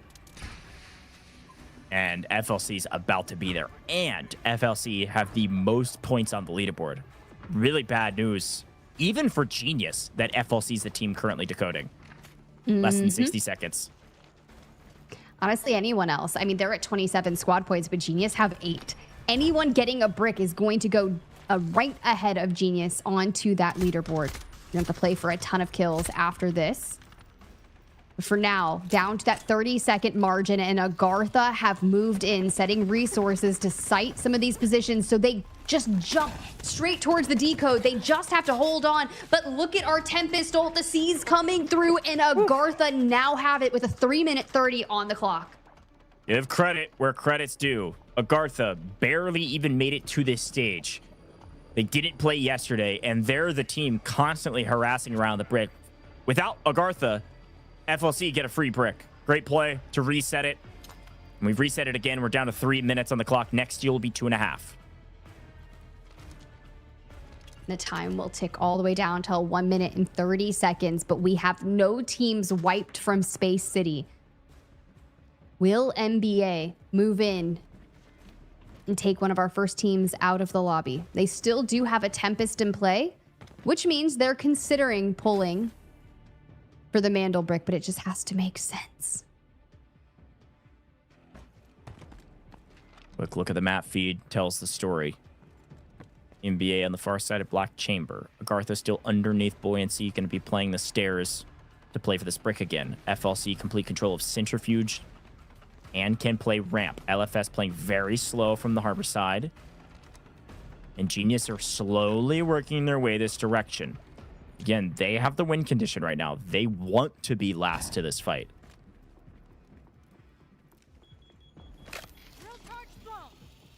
We're 2 minutes again for FLC. Just staying out of the angles. My question is, when does the Tempest ult come back online for AGARTHA, and will they replay for it? Should be here any second. NBO Tempestless. Can they try to find a way to filter in? Could. They need to, frankly, kill some people to do so. I definitely think that's what's keeping everything at the pace that we're seeing, is no one has fallen yet. Agreed. A lot of people still left on the map. Genius getting some intel, seeing... Okay, there's LFS. We know at least where one team is. Dickinson rotating in. They were holding Arbor, they're holding Water, and now they're moving their way up. 60 seconds on the clock and less now. And counting. Who's going to make a play for the brick? NBO said they had to make some happen. Util, you get the hit markers, and up the stairs we go. Now, with all the teams looking that final 1 minute mark on the decode, trying to battle their way through, AGARTHA knocks Kobe and starts the steal, seizes it with just enough time to go. 2 minutes 30 on the clock. I'd imagine more trades are coming, but FLC might not be able to battle their way back. AGARTHA trying to make a crazy play. AGARTHA actually now in trouble, though. A great move from Jex, the last remaining player of FLC. Now as their Tempest is back on their feet, they've got their duo back. But they found one on AGARTHA. And Genius's Chins finds the other. So, yes, AGARTHA has been the saving grace of this lobby right now against FLC, but now they are like one player up. And FLC want to hunt for this. They want to clear ramp here, and they do just that. AGARTHA, the thorn in the side, plucked, stomped on, crushed, and burned. AGARTHA back to the lobby. 5 teams remaining for this brick. And Genius, Raptor into the sky, is definitely seeing what is going on for NBO, who's been biding their time down below on the outskirts. With the decode interrupted, this will freeze, and it'll be plenty of time in the lobby to make it happen with FLC grabbing the body of their friend. He's going to pop out of the door and catch him from behind. FLC in trouble. Peekaboo. It's a jump scare for you. Door opens. Bye-bye. FLC gone. The coding paused. Who makes the next move? Every steal from here on out should be closing in on our minimum timer. Wow. 2 teams fully eliminated. 4 teams left. All 3 up from each of them. And a great shot from Stickinson over the top puts Genius down to a duo. Luru ult going out as well. Still plenty of time for someone to grab a decode, and Genius would love to reset. They do get back up to a team of 3. So NBA, NBO, LFS, Genius, all with the chance to get a Mandelbrick decoded. My thing is, who's going to be the one to jump on it as we look back? Woo! we had both of the exact same reaction. That's actually crazy. Nice. I never knew that. That's crazy. That was so funny. Shot over the top. Great connect. Doesn't get a full, though, so that point won't go anywhere. It just depletes some of the resources of Genius and makes them think twice about LFS shooting from the low side of the map. LFS are going to work their way up through ramp here as MBO have gotten the steal and reset it to 2 minutes. So we will be at minimum timer every steal going forward starting now. 2 minutes on the clock. Quickly has turned to 90 seconds as again a great shot over the top. This one from Evan, this one from an As we mentioned before, they had 2 high caliber weapons. They used one in the last map and they've got another now. A big shot from Evan and a chance for LFS to push up as Cook has been cooked and sent to yellow timer. MBO a duo. Ooh, okay, well this is where Enter's gonna have to answer back, and we do not hit. Does it scare them back? Because Evan now bringing the triple blaster forward. No. Matthias with a crazy angle gets an initial knock. Util going through. Okay, breathe. Imperator. Can you change your fate? Still in a 2v2. Ugh. A lot of util landing right now between these 2 teams. So in the meantime, Genius are just going to go for the steal. NBA can't stop this. This is a free steal. Back to 90 seconds we go. Almenham here for Enter as well from MBO.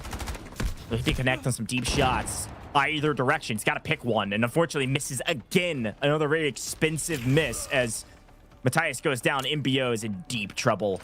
Enter by himself is holding the line of ramp, keeping LFS at bay. But Genius have control of the decoding station, and MBO have one shot that has to connect for something. And you can't decide which side to use it for. Genius can win right here, Tiff.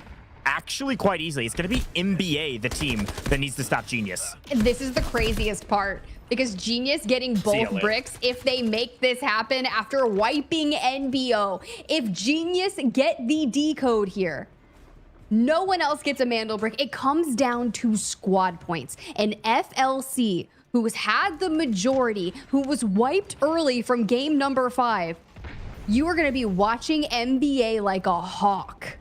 25 seconds, or this match is over, and your life in the tournament is over. NBA trying to make a move. Skydie popping ult and trying to move forward, but again, Gizmo showing his efficacy. A net lands perfectly on the ulting Tempest. Genius couldn't do it. Can anybody make a move? It's going to be LFS trying. A ton of util landing. Will he be able to get the steal? He gets knocked. Genius, what a hold. Genius from the bottom of the leaderboard to the top. Genius going straight to the finals, but our match is not over. Another team having to join them. Genius, back-to-back bricks. 5. Maps 4. How have they done it? Unbelievable. Genius. They clutch up and they win, but second place still up for grabs, and FLC's off the board.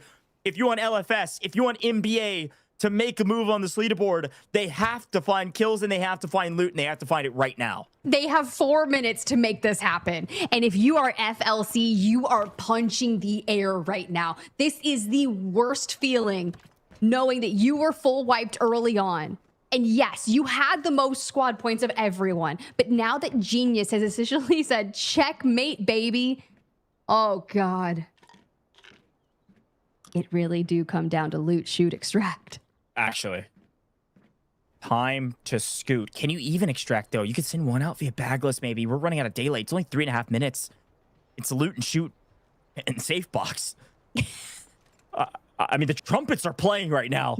This is it. You're being sent home. Bags packed. You've got to play for this fight. And if there's anything I know about NBA is that they like to play aggressive. If they see an opening, they're going to take it. Great shots from Uvalier. Is going to get 1 week. And this should be a moment where maybe they can push forward. Maybe bait out some util and then take the fight. But what a map. What a series. So different than yesterday's EMEA. And honestly, I was not anticipating it for it to come down to 5 maps. I thought we were going further based on our pace of play, and Genius finds LFS. Oh no, is right, because LFS and NBA are both tied at 21 squad points. Here we go. Big engagement, ton of util landing. Here comes NBA. They've got the position, they've got the advantage, and they're gonna take it, and they get all of it. Skydie picks them all up. Oh my God. LFS eliminated, but NBA haven't done enough yet. They got to win against Genius as well. Genius, yes, they may have won the match, but they could play spoiler to a very impressive team through group stages. NBA got 4th overall, picked up crazy match wins, picked up plenty of kills, lots of Mandelbricks, and there's a chance for NBA still to be sent packing. Final 2 minutes are everything.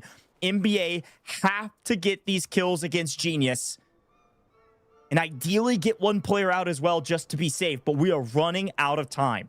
If we wipe Genius, you get the 2 kills. You go to 27 squad points. Based off that, you are tied with FLC, and you are 100% correct. Maybe we can loot a bit more. You get the dog tags. You put them into your safe box. It's gonna keep boosting and doing what it can. But we are so dang close to the minute 30 on the clock. If I'm Genius, I'm disengaging. I do not want to give up any points to anyone else. Genius are in such a unique position because all they can do is play spoiler to a good team. Chin spotted one, I think. Spotted the other, or his teammate did as well. But did he spot him at the right time? Oh, I saw a peek. Boldo. Mutil going over the top, trying to catch Chin's unaware. He's got to check multiple angles. He's got to help his teammates where he can. He's going to try to fire an ult to help his teammate while he holds this side against Boldo. Is it enough? Can NBA make the play here, Tiff? I don't know. With 50 seconds on the clock, and Chins goes down. Boldo opens the door for NBA to potentially have more points than FLC. They got to get the confirm, though. They have to go for this kill. Again, Genius is only down to a duo. This is it. Connection, utility, Gizmo yet again proving the superior operator. But Skydie able to wrench that net off. And with player advantage, NBA have wiped Genius. And now the final 30 seconds to throw whatever you can in your safe box and maximize the loot. This is the most important looting simulator of the final 30 seconds we've ever seen. Yes, they may be ahead right now, but they're going to leave all of their stuff on this map, folks. No matter what you see on the left, that will not be the final score. This is the last chance. NBA, final second. They got a couple more points thrown their way, but they lose a bunch of loot on the map. Who is it? Is it FLC? Is it NBA?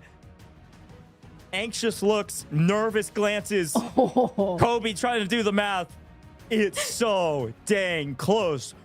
But Genius win Survivor Stage 2. That is the only thing that we are certain of, thanks to the fact that they go back to back on Mandelbricks, and you have never seen someone more like anticipating what these numbers are, and no one is going to know until we drop the leaderboard. Of course, we're going to confirm everything. But NBA tried as they could with FLC full wiped at the beginning. There was nothing they could do to change their fate. The nervous glances turn to worry. They don't even know. And our admin's got to do a lot of math behind the scenes. Double check everything. The best team Genius, though. They've done it. They clutched up. Back-to-back bricks. They got it. And they win Survivor Stage 2. They will make it to the finals where they're assuredly making double the cash that they would have made if they pick up third today. Minimum of 10K just for being in the final lobby as a team. Here's a look at the stats. Mandelbrick Addiction pick up 5. FLC only pick up 2. LFS there, they found a couple kills, but certainly not enough. The only question mark, the only tiebreaker that matters is between EMEA and FLC Clan. Oh. Wow, what a finish. Well, at least FLC did get some kills during that round, but Skydee, yes, again, just goes massive in terms of kills for NBA. It was 7 in our prior map, 4 in this one, with Jen's Hannah coming in second there. For top damage dealers, to no surprise, Stickinson was dropping a ton of people during mid-game. Gonna have almost 1K damage. What a finish. NBA put up a crazy amount of kills, played patient. Uvalier finds 4 assists. And a couple assets in the safe boxes will change everything. That 587K maybe could have changed everything if it's just enough of his teammates to add up to 2 mil. Who knows? You get the assets, of course, from the kills as well. But Skydee, the hero of this team, individually outperforming everybody. MVP here in round 5, likely overall MVP as well. The amount of kills this guy was getting was ridiculous. Great job here from Skydee and NBA to find maybe, just maybe, enough kills to do it. I'm just sitting here and I just think about the journey that our teams went through in Survivor Match Day 1. For the 4 that had to replay here today, and for the new ones to join us, AGARTHA and Living for Success, who only had 1 chance, but for Genius to be like, you know what, the only way that we can ensure that we are playing for a potential 60K first place prize is to lock in Mandelbricks, and they seize the opportunity and take it. Crazy stuff. Genius is going to be joining us here for an interview because they're the only team we know for certain has made it to the finals. While we wait on that, again, the only thing we have left is the hypothetical. FLC had a great day today. Like, we see NBA maybe end on top, or at the very least, you know, win out the last couple maps. But you got to remember what FLC did in the early stages of today, right, Tiff? Like, they found a crazy amount of kills. They were on top of the leaderboard, start to finish, essentially, from the squad standpoint, squad point standpoint. So they had the most kills today, I think, assuredly. But maybe, just maybe, NBA might have caught them at the very end. They've got to be shaking their heads about the way that one played out because they got wiped so early. Well, I also kind of feel the same way about Living for Success, right? You have all of the util that you have been acquiring through Zero Dam, through Tide Prison. You're bringing in the like high caliber weapons. You've got the you've got an M82. You're investing them in 2 separate things. You bring in solid gold. You invest your Tempest. You get the tier 1 spot. And sometimes it just does not go your way. And that is one of the most heartbreaking things about our Survivor Match Day 2. Whew, all right. Well, we wait and find out with you. Bated breath, trying to figure it all out.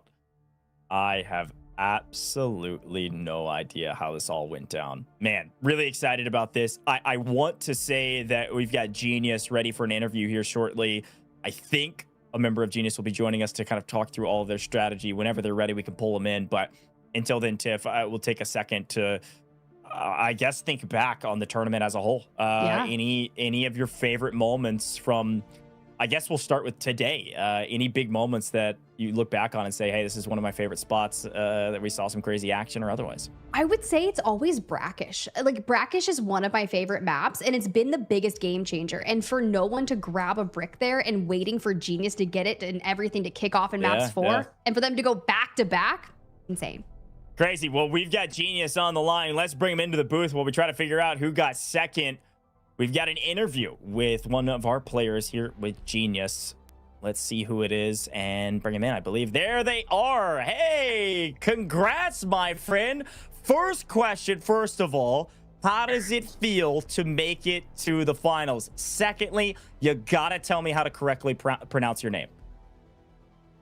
First of all, thank you very much for the congratulations. I would say my nickname is Nefasto, like 7 Nefasto. And last thing, I am really surprised that we managed to do it back to back, as everyone I think did. And it is just, it's not enough words to describe how good this feeling is to be there. We obviously expected to get to the finals earlier, as we had a very good start in the group stage, but now we're here finally, and it's amazing. It truly is. Congratulations. What were some of the things that you worked on based off Survivor Match Day 1 and coming into today? Because definite game changer, but the lobby started to play out in a very similar fashion with no one grabbing a brick on Brakkesh. So we did it through our utmost to play as slow as possible, because as you have seen the survival stage 1, there were some teams they didn't want to play, they didn't want to move, and we had to adapt, to adjust, because if it doesn't change it, it would be just the same scenario as yesterday. We changed it, and as you see now, this is how it is.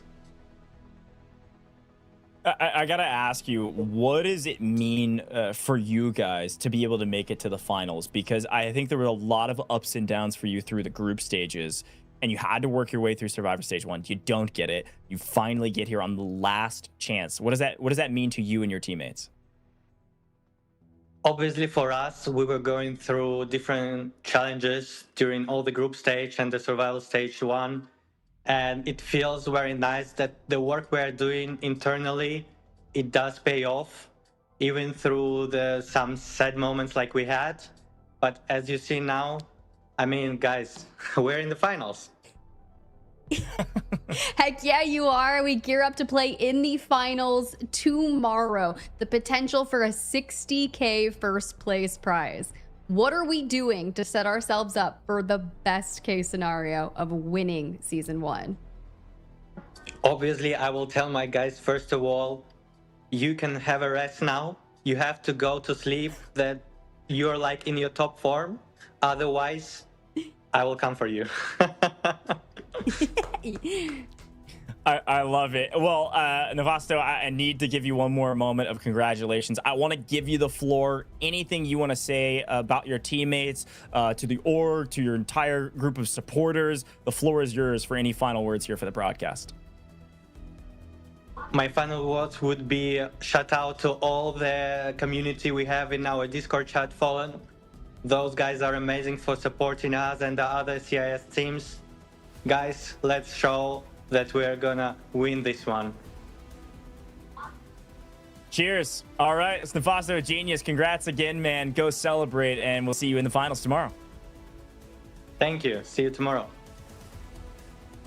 Big congratulations. I think, Tiff, they were also surprised they got the double brick. Fair enough, but slow-paced gameplay. They knew the lobby was going to play slow, and they did it.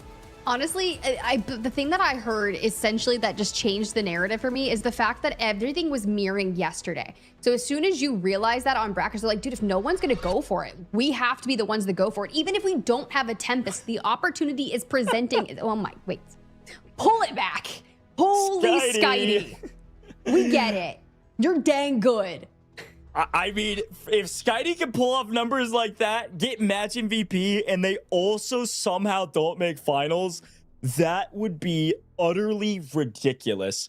And we knew this guy was popping off, and like I said, it was pretty obvious he's going to be our match MVP, Tiff, picking up top of the charts in every single category, putting the team, at least statistically, on his back, although it was a team effort, to be able to try to make the finals. No confirmations yet, though. We've got to see it. No what? way.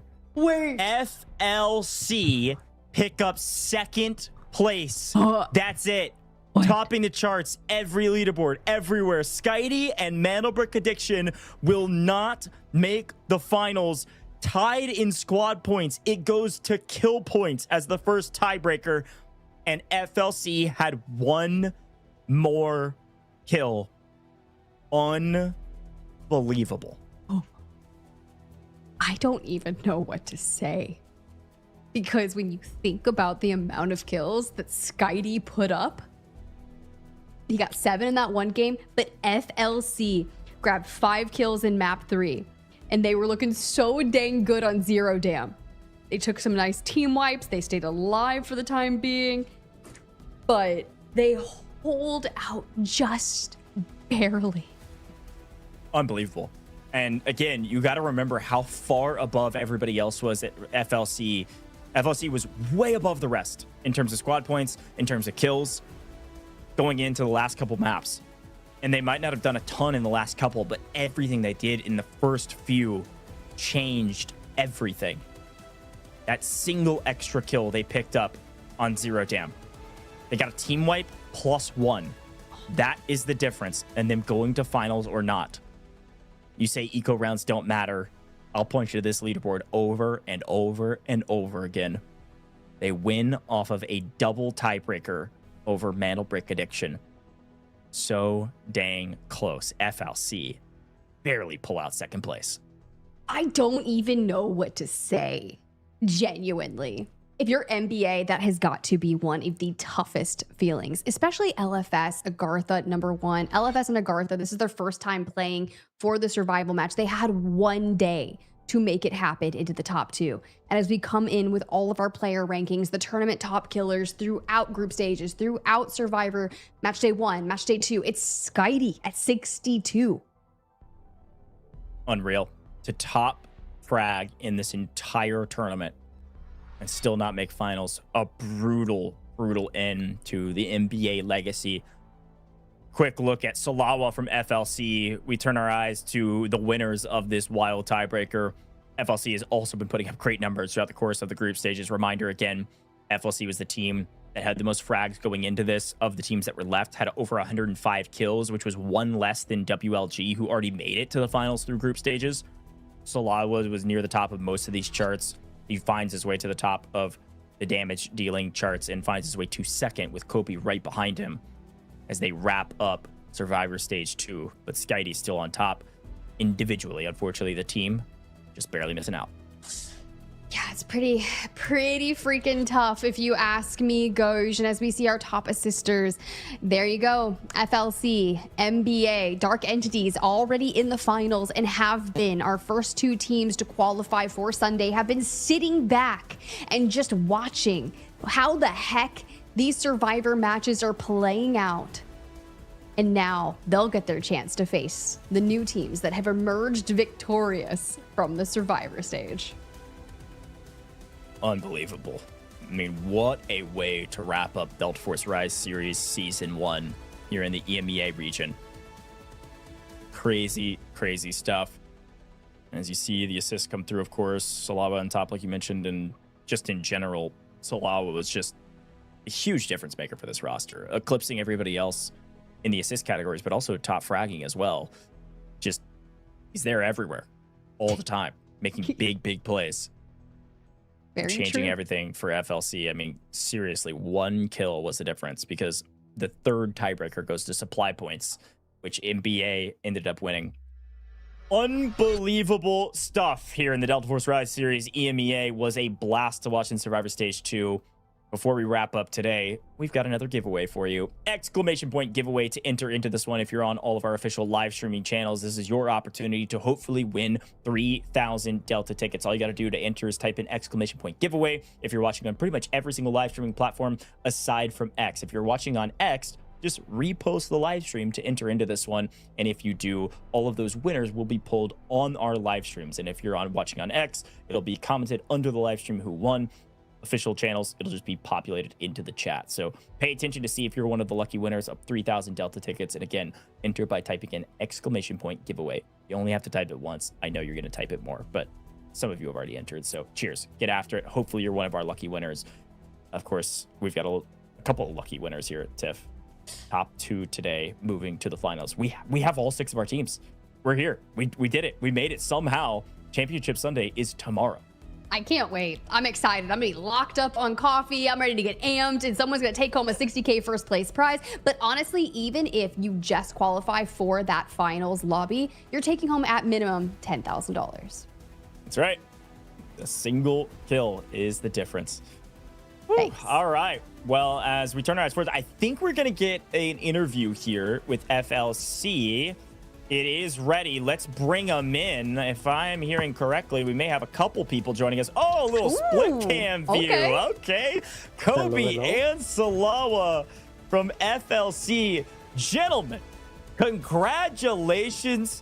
Can I ask, are either of you wearing a heartbeat monitor? How high was your heart rate watching the end of that map? You do it by 1 kill. Salawa, let's go with you first, man. Ridiculous stuff. Yeah, that was close. The RPM was very high at the end. We got lucky, to be honest, because we do like 3-4 games pretty nice. We got some kills. We have good team play. But on the last one, we troll a little bit on the defense of the Mandelbrick. So we were a little bit sad about it. But we got very lucky, 1 point, and we can go to the finals and try to show us best we can do, so we can try to win. So we are very, very happy. That's very nice. I can see the excitement on your face. And Kobe, I want to throw you the same question. How does that feel, man, to know that that 1 kill that you got, maybe it was the one you got on Zero Dam, any of them, 1 kill was the difference. How does that feel?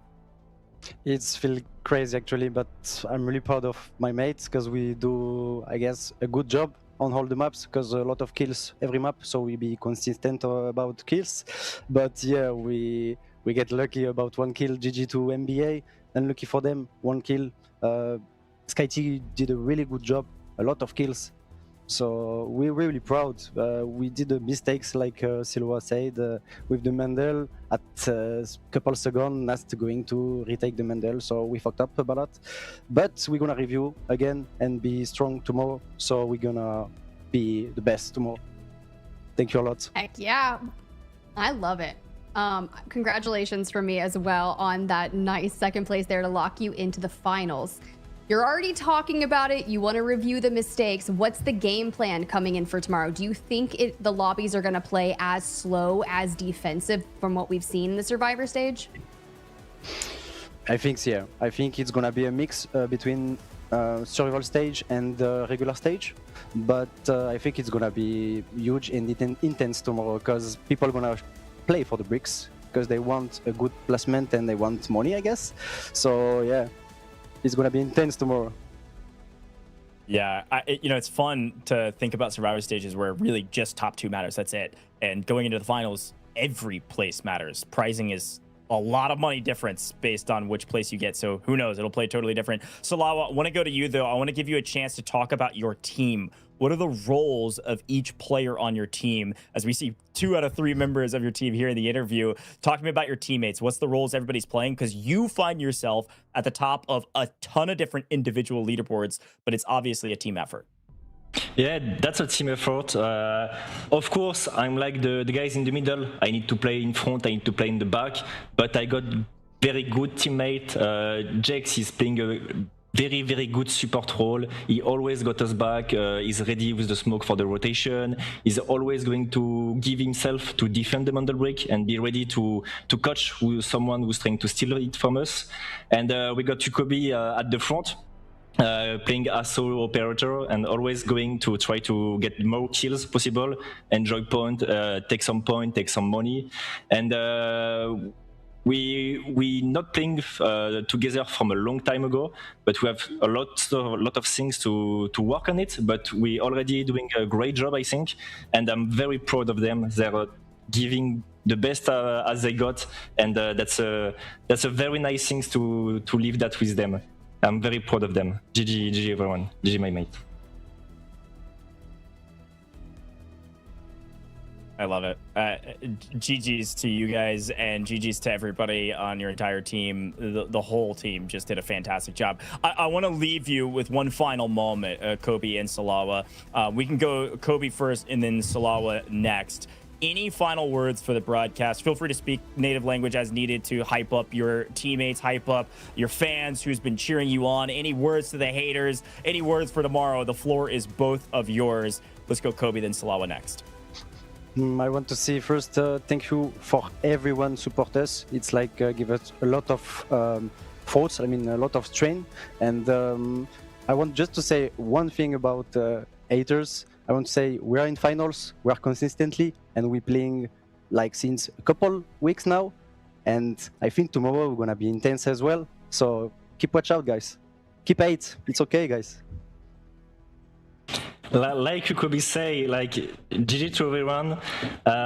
Tomorrow is going to be intense, and a big thank you to everyone who supports us. That's just a big strongness coming for us. So big love to everyone, and GG's to good luck to everyone for tomorrow, because it's going to be intense, and it's going to be a beautiful match. I think tomorrow it's going to be nice.